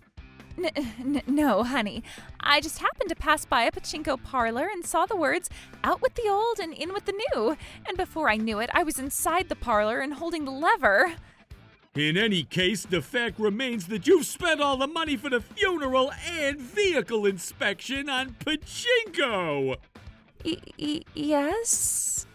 Does your stupidity know any bounds? And you even lied and said that you paid for Melanie's contribution to the funeral? I'm sorry, Melanie. I misunderstood everything and said all these terrible things. Can you forgive me? No, sir. You did nothing wrong. Evelyn, you apologized to Melanie too. Evelyn? I didn't cause any trouble to Melanie, though, did I? What the frick? I only asked her to go along with the story, and she had the audacity to refuse. Not only that, she even spilled the beans regarding everything about the $200. That's right. If you had gone along with this whole thing, this wouldn't have happened. What are you on about? There's no way in hell I would ever go along with whatever boring lies you come up with to make me useful to you. Excuse me? I know a few things, miss. You talk quite a lot about me behind my back. All good things, I'm sure. What? Things like Melanie has a quiet, mature face and personality, but is quite careless with money, or something like that. No, that's just... You talk shit about people outside of earshot, and when things don't go your way, you demand that they go along with the story? That's too damn convenient. Oh... You gamble away all the money and then try to make people seem like they're indebted to you. As your sister-in-law, I am so ashamed. Excuse me? And now, what are you going to do about it, You've used not only the funeral money, but also the money for the vehicle inspection. Which is more important, haven't you? What are you going to tell Mr. Evan to do? Run to his company to ask for an additional payment? That's right, the vehicle inspection. Hey, Evelyn, that is gonna be next week. What are you gonna do about all this? Well, I'll get it all back with pachinko. Don't be ridiculous. This is the absolute worst. It's like I'm having the worst dream possible. Dad? Hello, Dad. About the money for the funeral, I'll get back to you later. No, it's not that, son. I was just talking to Guy, the neighbor next door, and he told me he heard a strange rumor, see? What strange rumor? Well, apparently your wife, Evelyn, is hanging around the horse racing track quite a bit. There were many witnesses to confirm this, actually. What the hell? Could her gambling be the primary reason as to why you're financially struggling nowadays? Sorry, Dad, but can I please call you back later? Oh, okay, son. You heard everything, right? No, well, Judging by the way you look, so flustered and panicked, it seems like what Dad said was true. Not only did you lie about quitting pachinko, but you even went and pursued a new form of gambling? No, see, I thought I could maybe make more money betting on horse racing than at pachinko. That's not what I'm frickin' asking! That's honestly surprising. Oh, What's wrong, Melanie? now that you mention it, recently I've been getting messages like this from Evelyn a lot. Melanie, dear, free up some time this weekend. I'm taking you to a very fun place. A very fun place? Yes, I ignored all these messages because it seemed too suspicious to me, but God forbid these messages were all part of a ruse to get me to join your gambling circle? What are you on about? Enough delusions! Who would want to have you join them, eh? So what was this invitation all about then? You have a quiet, mature face and personality and seem to be rich in addition to that. I thought you'd be a good companion. No, I misspoke. I actually... Does your untrustworthiness know any bounds? I can't frickin' believe this! And this woman is my wife, no less! But if that's the case, there's one thing that doesn't make sense. Huh? Of course, you need a certain amount of money to gamble, right? And with habits like hers, that could only be so large. Well, that's true, I suppose. But what with Evelyn being a full-time housewife and all, where on earth does that kind of money come from? If she's getting involved in funeral money and the vehicle inspection costs, it means she's lost a lot of money, perhaps far more than we ever thought. Evelyn, for the love of Jesus Christ, don't tell me you're in debt! Huh? Well, you see... Miss Evelyn, needless to say, checking to see if you have debt or not is literally child's play. There's no point in lying if the truth can be discovered in less than 60 seconds. You shut the hell up! Answer the question, Evelyn! Oh, yes, I am in debt. Ha! Just as I suspected! I thought as much as well. This is so scary to even ask, but how much do you have in debt? How much was it again? You owe so much that you don't even know anymore? Something's rustling. This is my debt. What the hell? Mrs. Sanderson, $2,000. Mrs. Tomlinson, $3,000. Mrs. Romanov, $1.5 Mrs. Kingman, $700. Mrs. Morrison, $400. Maybe between parentheses. Not only personal names are listed here, but a few names of consumer finance institutions are listed as well. Don't tell me this number right here is the total amount you have in debt. Yes, it is. So if you add it all up, it goes beyond $30,000 with an extra $2,200 piled on top. $30,000? You cannot be serious. This has to be some kind of bad joke, right? Well, at first it was about $1,000 total, but before I knew it, it had become like that. But it's okay. There's a big race coming up this weekend, and if I hit the jackpot, I can pay back all of that right away. I haven't had a lucky time recently, but I'm actually a person who can win, honey, honest. I've won many times up until now anyhow. This debt is only temporary, you'll see. You goddamn! But I don't have enough money to go for the jackpot this weekend, so can you give me a little bit more? Then I can win the next race and... Enough with the bullshit! Do you even comprehend what you've been saying for the last few minutes? You're in debt for $30,000 frickin' dollars, Evelyn, and you still want me to lend you money? Seriously, are you out of your frickin' gourd? This isn't even something that's so bad, Evan. You've never gambled before, so you simply don't understand how this feels. After a big loss comes an even bigger win. That's what a game of chance is like. Is that really what it is, honey? Don't look at me, I'm no pro here. Melanie, dear. Yes, ma'am? Please, can you lend me just a little bit of money? What? No, I cannot do that, Miss Evelyn. More importantly, I'm surprised you have the audacity to even ask me to borrow money in this situation. Don't worry, I'll pay you back twice as much. Somehow, I feel like I've heard that somewhere before. Mr. Jaden! What? Please lend me $1,000. I'll make it into $10,000 and pay it all back to you. Yeah, that's definitely a lie.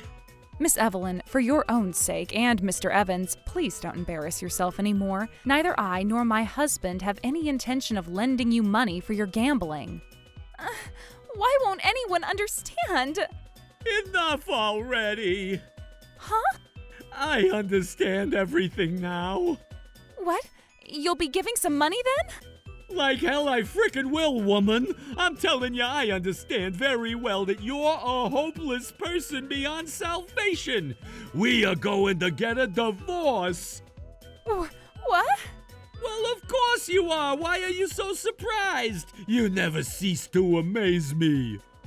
No, please. Oh, this is going too frickin' fast. If it were going fast, we'd be at City Hall by now. And the simple fact that you broke your promise when you first married me already makes this whole damn thing a divorce issue. That's why I think I was wrong, honey. Don't lie to me again. You're not regretting it at all, are you? Yes, I am. But I can't quit no matter what. That's why I'm telling you we're getting a divorce. You'd understand what I mean if you gambled too. Who the hell would gamble so willingly? What the hell is this quarrel? God damn. It's like watching two cats argue over who's going to impregnate a blanket. Excuse me, but if you're going to negotiate divorce now, could you please take this argument outside? What? In the first place, it's because you didn't go along with what I asked that all of this has happened, you know. Take some responsibility. Me? Responsible? Yes, you're responsible. Melanie? And you are the one who should take a whole lot of responsibility in that case.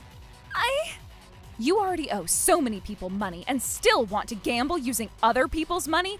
Evelyn Smith, you should be ashamed of yourself. Ooh. Evelyn, we're getting a divorce and you will have to deal with your debts on your own, all right? No, please.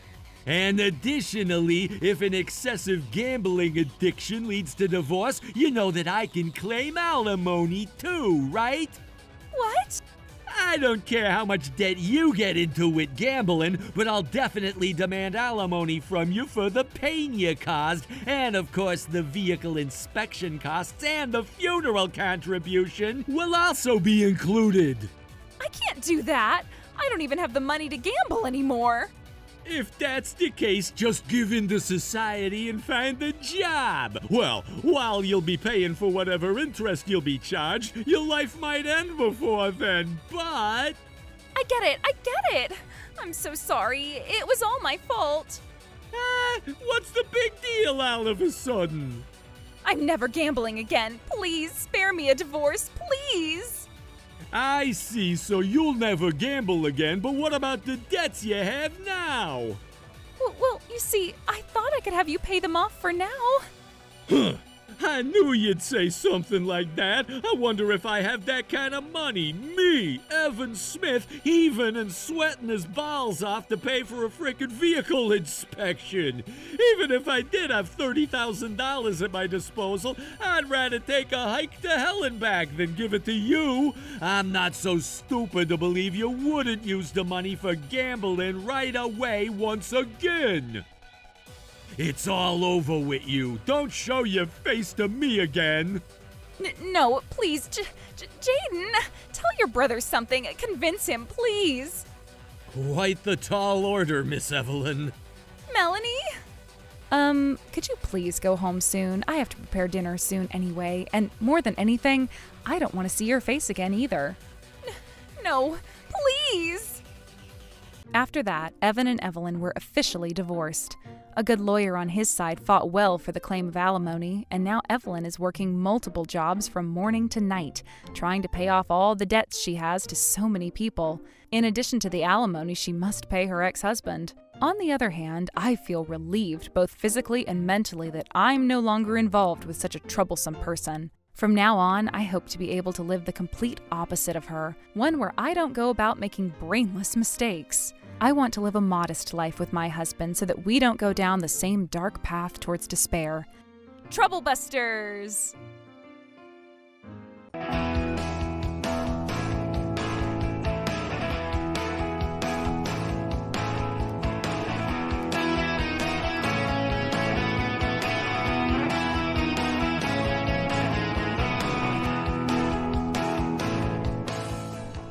It looks like it's directed to me, but... Huh? I'm the guarantor of $1 million? Oh, this signature? Yeah, I just forged it, of course. We're literally family, right? It's fine if I do that. Uh-huh. Trouble Busters! Hey, what are you doing? I'm not doing anything. Get the hell out of the room and don't come in. No, this is literally my room. Just get out already. My name is Helen. My husband has been sneaking around and digging through my personal belongings recently, and just being suspicious in general. When I ask him what he's doing, he just ignores me and gets mad at me, so I really don't understand what's going on. Anyway, I'm kind of in trouble right now. You'll help me out though, right? Huh? What's the problem? Why are you in trouble? Does it really matter what I'm in trouble with? Your own husband is in trouble, so the wife needs to take care of him. That's how it is. Am I wrong? But I don't even know what I'm supposed to do to take care of you. We can get a divorce, you know. Huh? Divorce? Why are you talking about that out of the blue like that? Oh, it looks like it's addressed to me. I'm the guarantor for $100 million loan? What? It's already here, huh?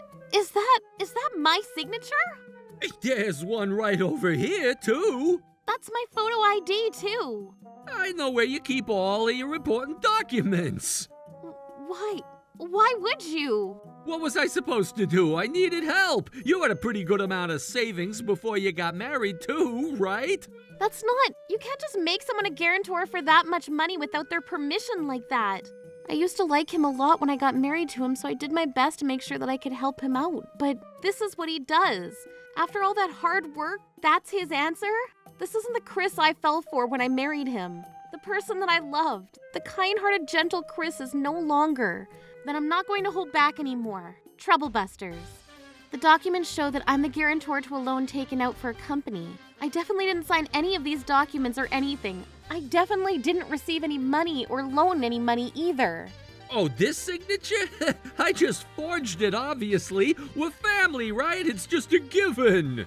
Huh? You realize that it's literally counterfeiting private documents along with uttering of counterfeit private documents. On top of that, you also faked your name and received the loan, so it's also criminal fraud. You get that, right?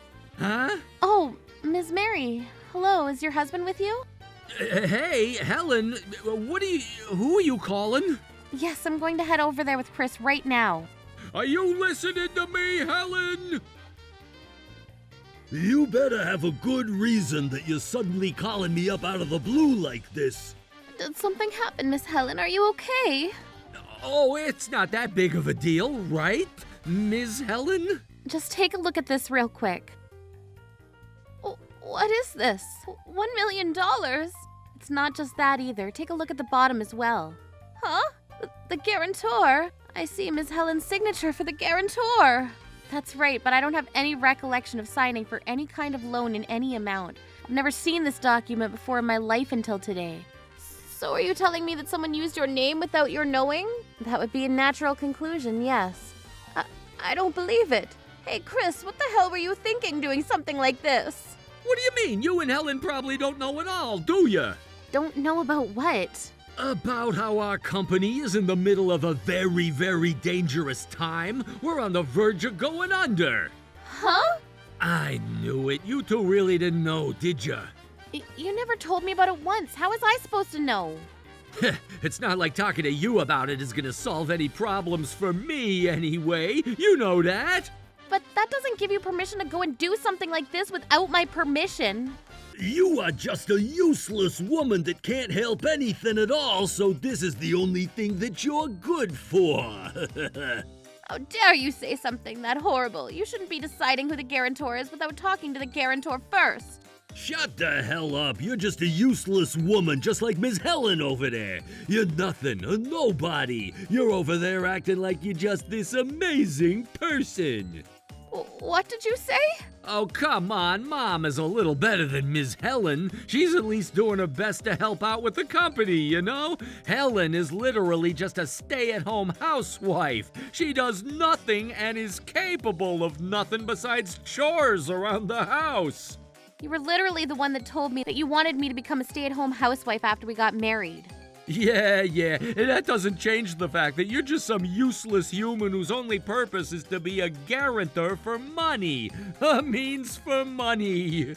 You must be out of your mind. You can't just make me a guarantor without any kind of talk with me first. And it's $1 million. Do you realize how much money that is? Yes, we know. That's exactly why we made you the guarantor. Huh? The biggest appeal that you have going for you is that your parents are very, very rich. We're gonna use the crap out of that when we need the help. That's right. When family is struggling, you've really got to help each other out, don't you? Help each other out? What part of this is helping each other out? You used my name without my permission at all and made me the guarantor to a loan of $1 million. You're just such a naggy, annoying woman. Just because you're the guarantor doesn't mean that anything is going to be actually charged from you. Do you even understand the concept of what a guarantor is? Of course I know. That's why I'm saying it. From what you two just told me, that means I'm more than willing to see a bill come my way, right? Am I wrong? Well, yeah, that's the way the world works. People who have the money pay the money. I will not pay for any of the loan that you two took out fraudulently. The fact that you can't say that is what makes you a guarantor, you moron. You can sit there and scream and pout about how you're not gonna pay, but if the bill comes to your door, you have to pay. That's what the contract says. You literally talked to me about this before we got married. Huh? We're gonna become family now, so if there's anything that either of us need help with, let's help each other out. Is that seriously how you took those words? This is absolutely not what I meant by that. Sacrificing a family member just to save yourselves is literally the worst case scenario. Well, what the hell? You better stop talking as if Dad and I are the bad guys in all of this. You two literally are the bad guys in all of this. And just so you know, I've supported you like I said I would this whole time. What the hell do you think you've done for me, huh? Breakfast. Who cooks breakfast for you every morning? Every morning, someone wakes up at 5 in the morning to make breakfast and bento with a balanced meal. Who does that? Well... The suit that you bring home all the time, all those dirty clothes. Who washes and irons them all out? That's not something that's relevant right now, right? No, it's definitely very relevant right now. The reason that you're able to do anything and focus on yourself is because of Helen. It's all thanks to her. Hey, now, come on. Chores, cooking, laundry, they're all meant to be done by the women. That's something to be expected. And you're sitting there like you're so amazing.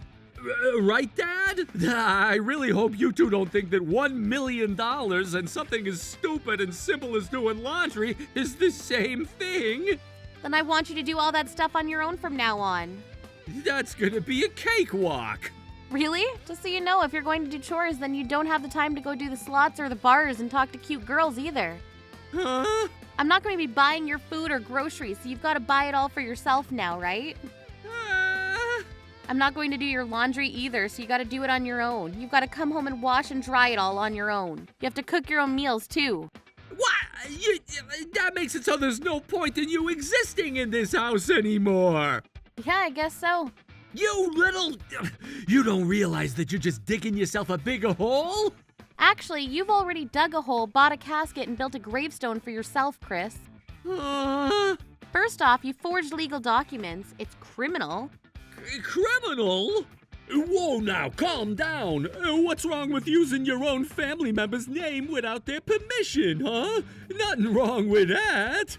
Well, even if it was somehow not criminal, you two should be aware that it's not a good thing, right? Huh? Did you really think that I didn't notice or something? What are you talking about? If you start slandering and making stuff up, I'm not gonna let it go, even if you're my mom. It's exactly what Helen and I should be telling you. I know all about it, Kevin. You and Chris have been working together to embezzle company money. Huh? Embezzle money? Hey, we haven't been embezzling anything. Definitely haven't been messing with company money at all. Yeah, Dad and I just say that the meetings with clients and dinner and whatnot is to be billed to the company. Wait, so does that include the bills for the bars that you guys frequent all the time? Of course it's included, but they say it's all just a business meeting or something. You don't know that people have business meetings at bars? I think that you wouldn't have business meetings at bars every single day. Do not tell me how to do my own damned job. There are plenty of meetings that are done in-house as well as with other clients.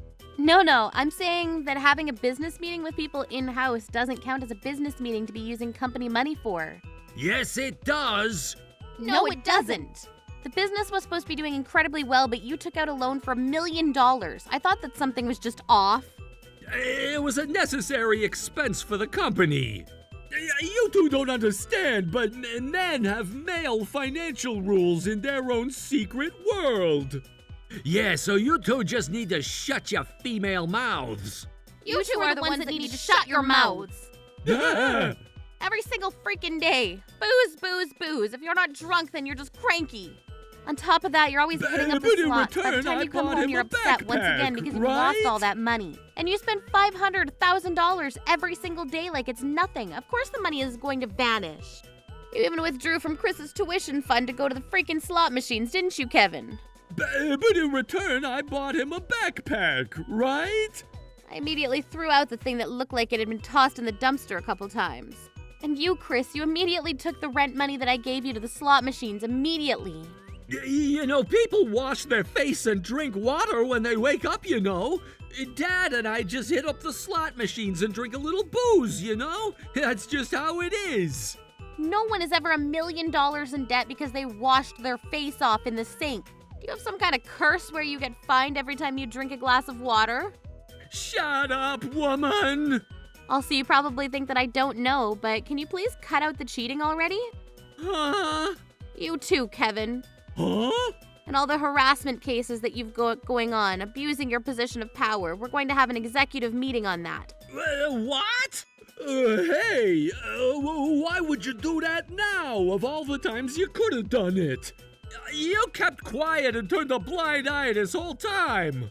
Oh, I didn't turn a blind eye. I was just gathering concrete evidence of everything you've been doing. You're kidding me, right? If you do that, then I'm not gonna be the CEO anymore. You were never a man who should be in a position of power like that. That's right. Are you sure about that? If you do that, the company really might just go under, you know. Yes, I know.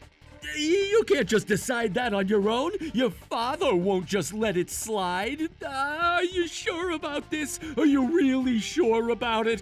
Your father has built this company from the ground up. You're saying that you're gonna squash the whole thing, right? Huh? You can't actually do that, right? You're just bluffing. I know it. Right. Mom wouldn't have the right to do that kind of thing anyway. I've given her the right to. Huh? Grandpa Tom? Hey, Ms. Helen. It's been a minute, hasn't it, dear? Yes, sir. It's really been a while. I heard everything that has happened. What do you mean you heard everything? Oh, I mean I heard everything from the get-go, obviously. I heard all the insanity that you two have been working up in the company as well. What? Mary, Ms. Helen, I'll handle the rest. You two make sure you beat them down to a pulp. Don't hold back. Damn it! I'm not gonna just go quietly into the night. Hey, Helen, you need to pay once. Just once even. No, just 1 cent. Pay the loan. Absolutely not. 1 cent. That's all I need you to pay, okay? Come on.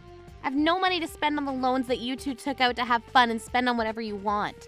Also, if she pays back even a penny of that loan, then she might actually end up having to pay for the rest of it too, right? Oh, you know, we don't know what you're talking about at all.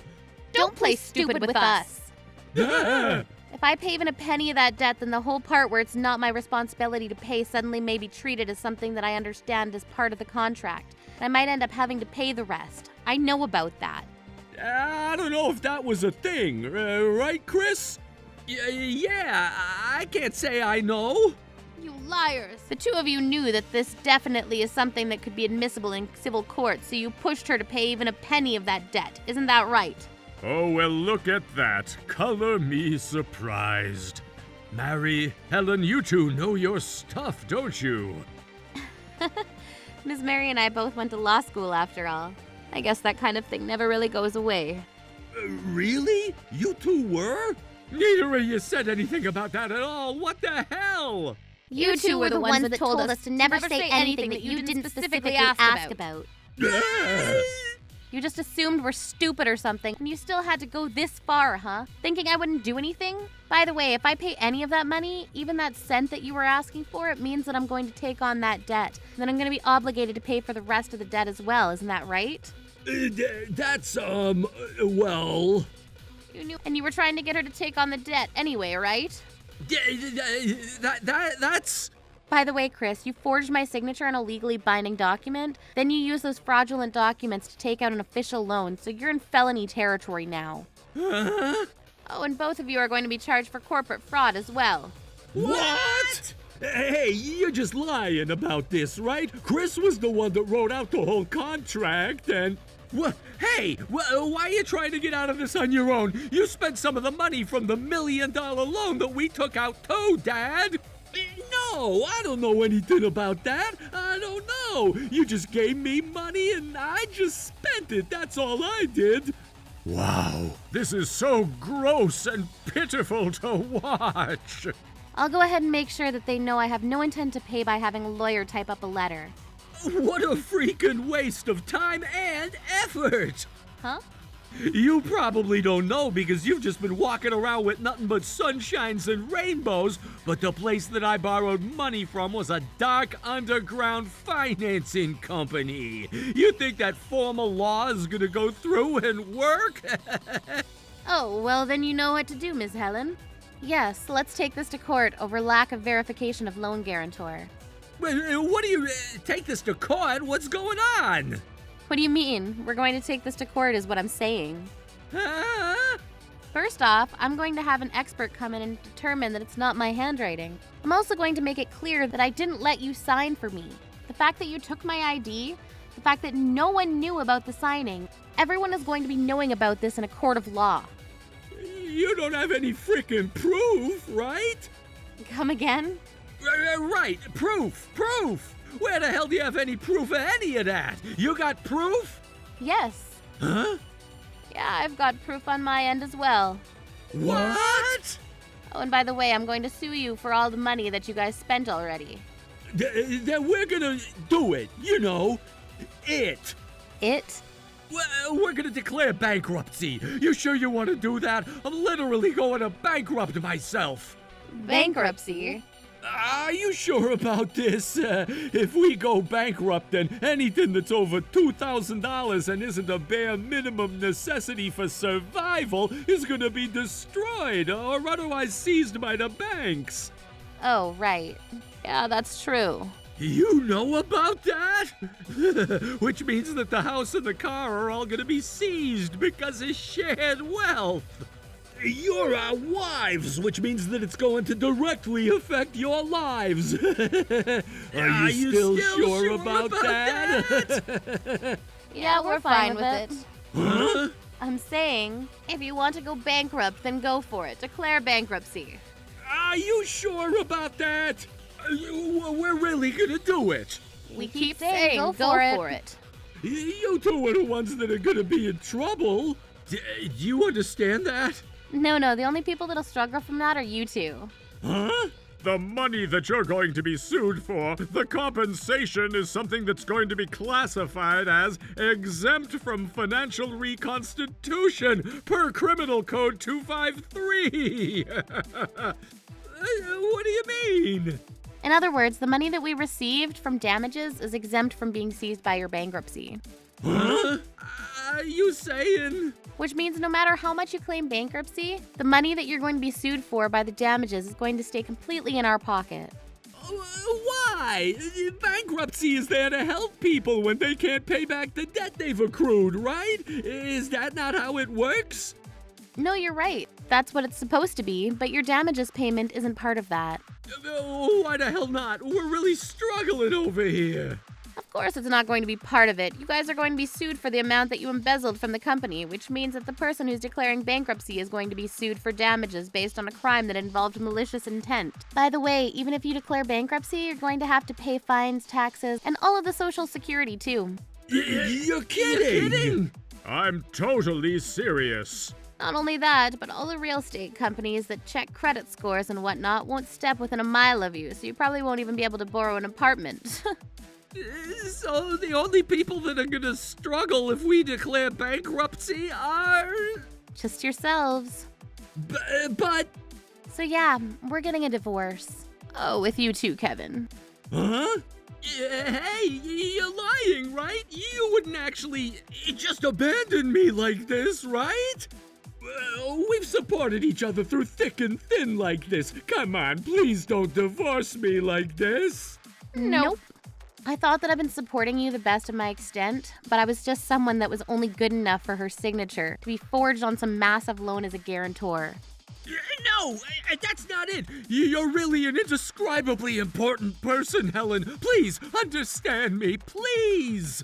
Your words mean nothing to me at all. Ah! You had the magic trio. You drank, you gambled, and you bought everything you wanted. But I continued to try to support you for years, and yet you treated me in the worst way possible by betraying me like that. No matter what you say, I'm not going to forgive you this time, period. I'm going to call the police on you and report you so that you can be criminally prosecuted. Wow, I feel so bad for you, Chris. I'm not gonna get divorced, but you're going straight to hell. No, we're getting a divorce as well. Huh? I'm going to come for you with the emotional damages along with other civil courts, so I hope you're ready to be hung to dry. Wait, hang on. Wait just a little bit, so at least pay like half of the debt. Why? Because you're the guarantor, so... Are you still going to say that? But... Relax, Chris. Helen? Are you going to... I won't hide at all. I'm going to make sure that every single penny of that million is going to come out of your pocket. No! Afterwards, Chris and Kevin were both taken by the police and ended up making bail using some of the $1 million loan. However, that $1 million loan really was loaned out by some really sketchy people, so they just vanished into thin air again. I'm now working closely with the new CEO, Mr. Allen, as his secretary. Every day is very fulfilling and lovely. Recently, we got to go grab some food from time to time, and I'm kind of excited as this may be new love. Troublebusters.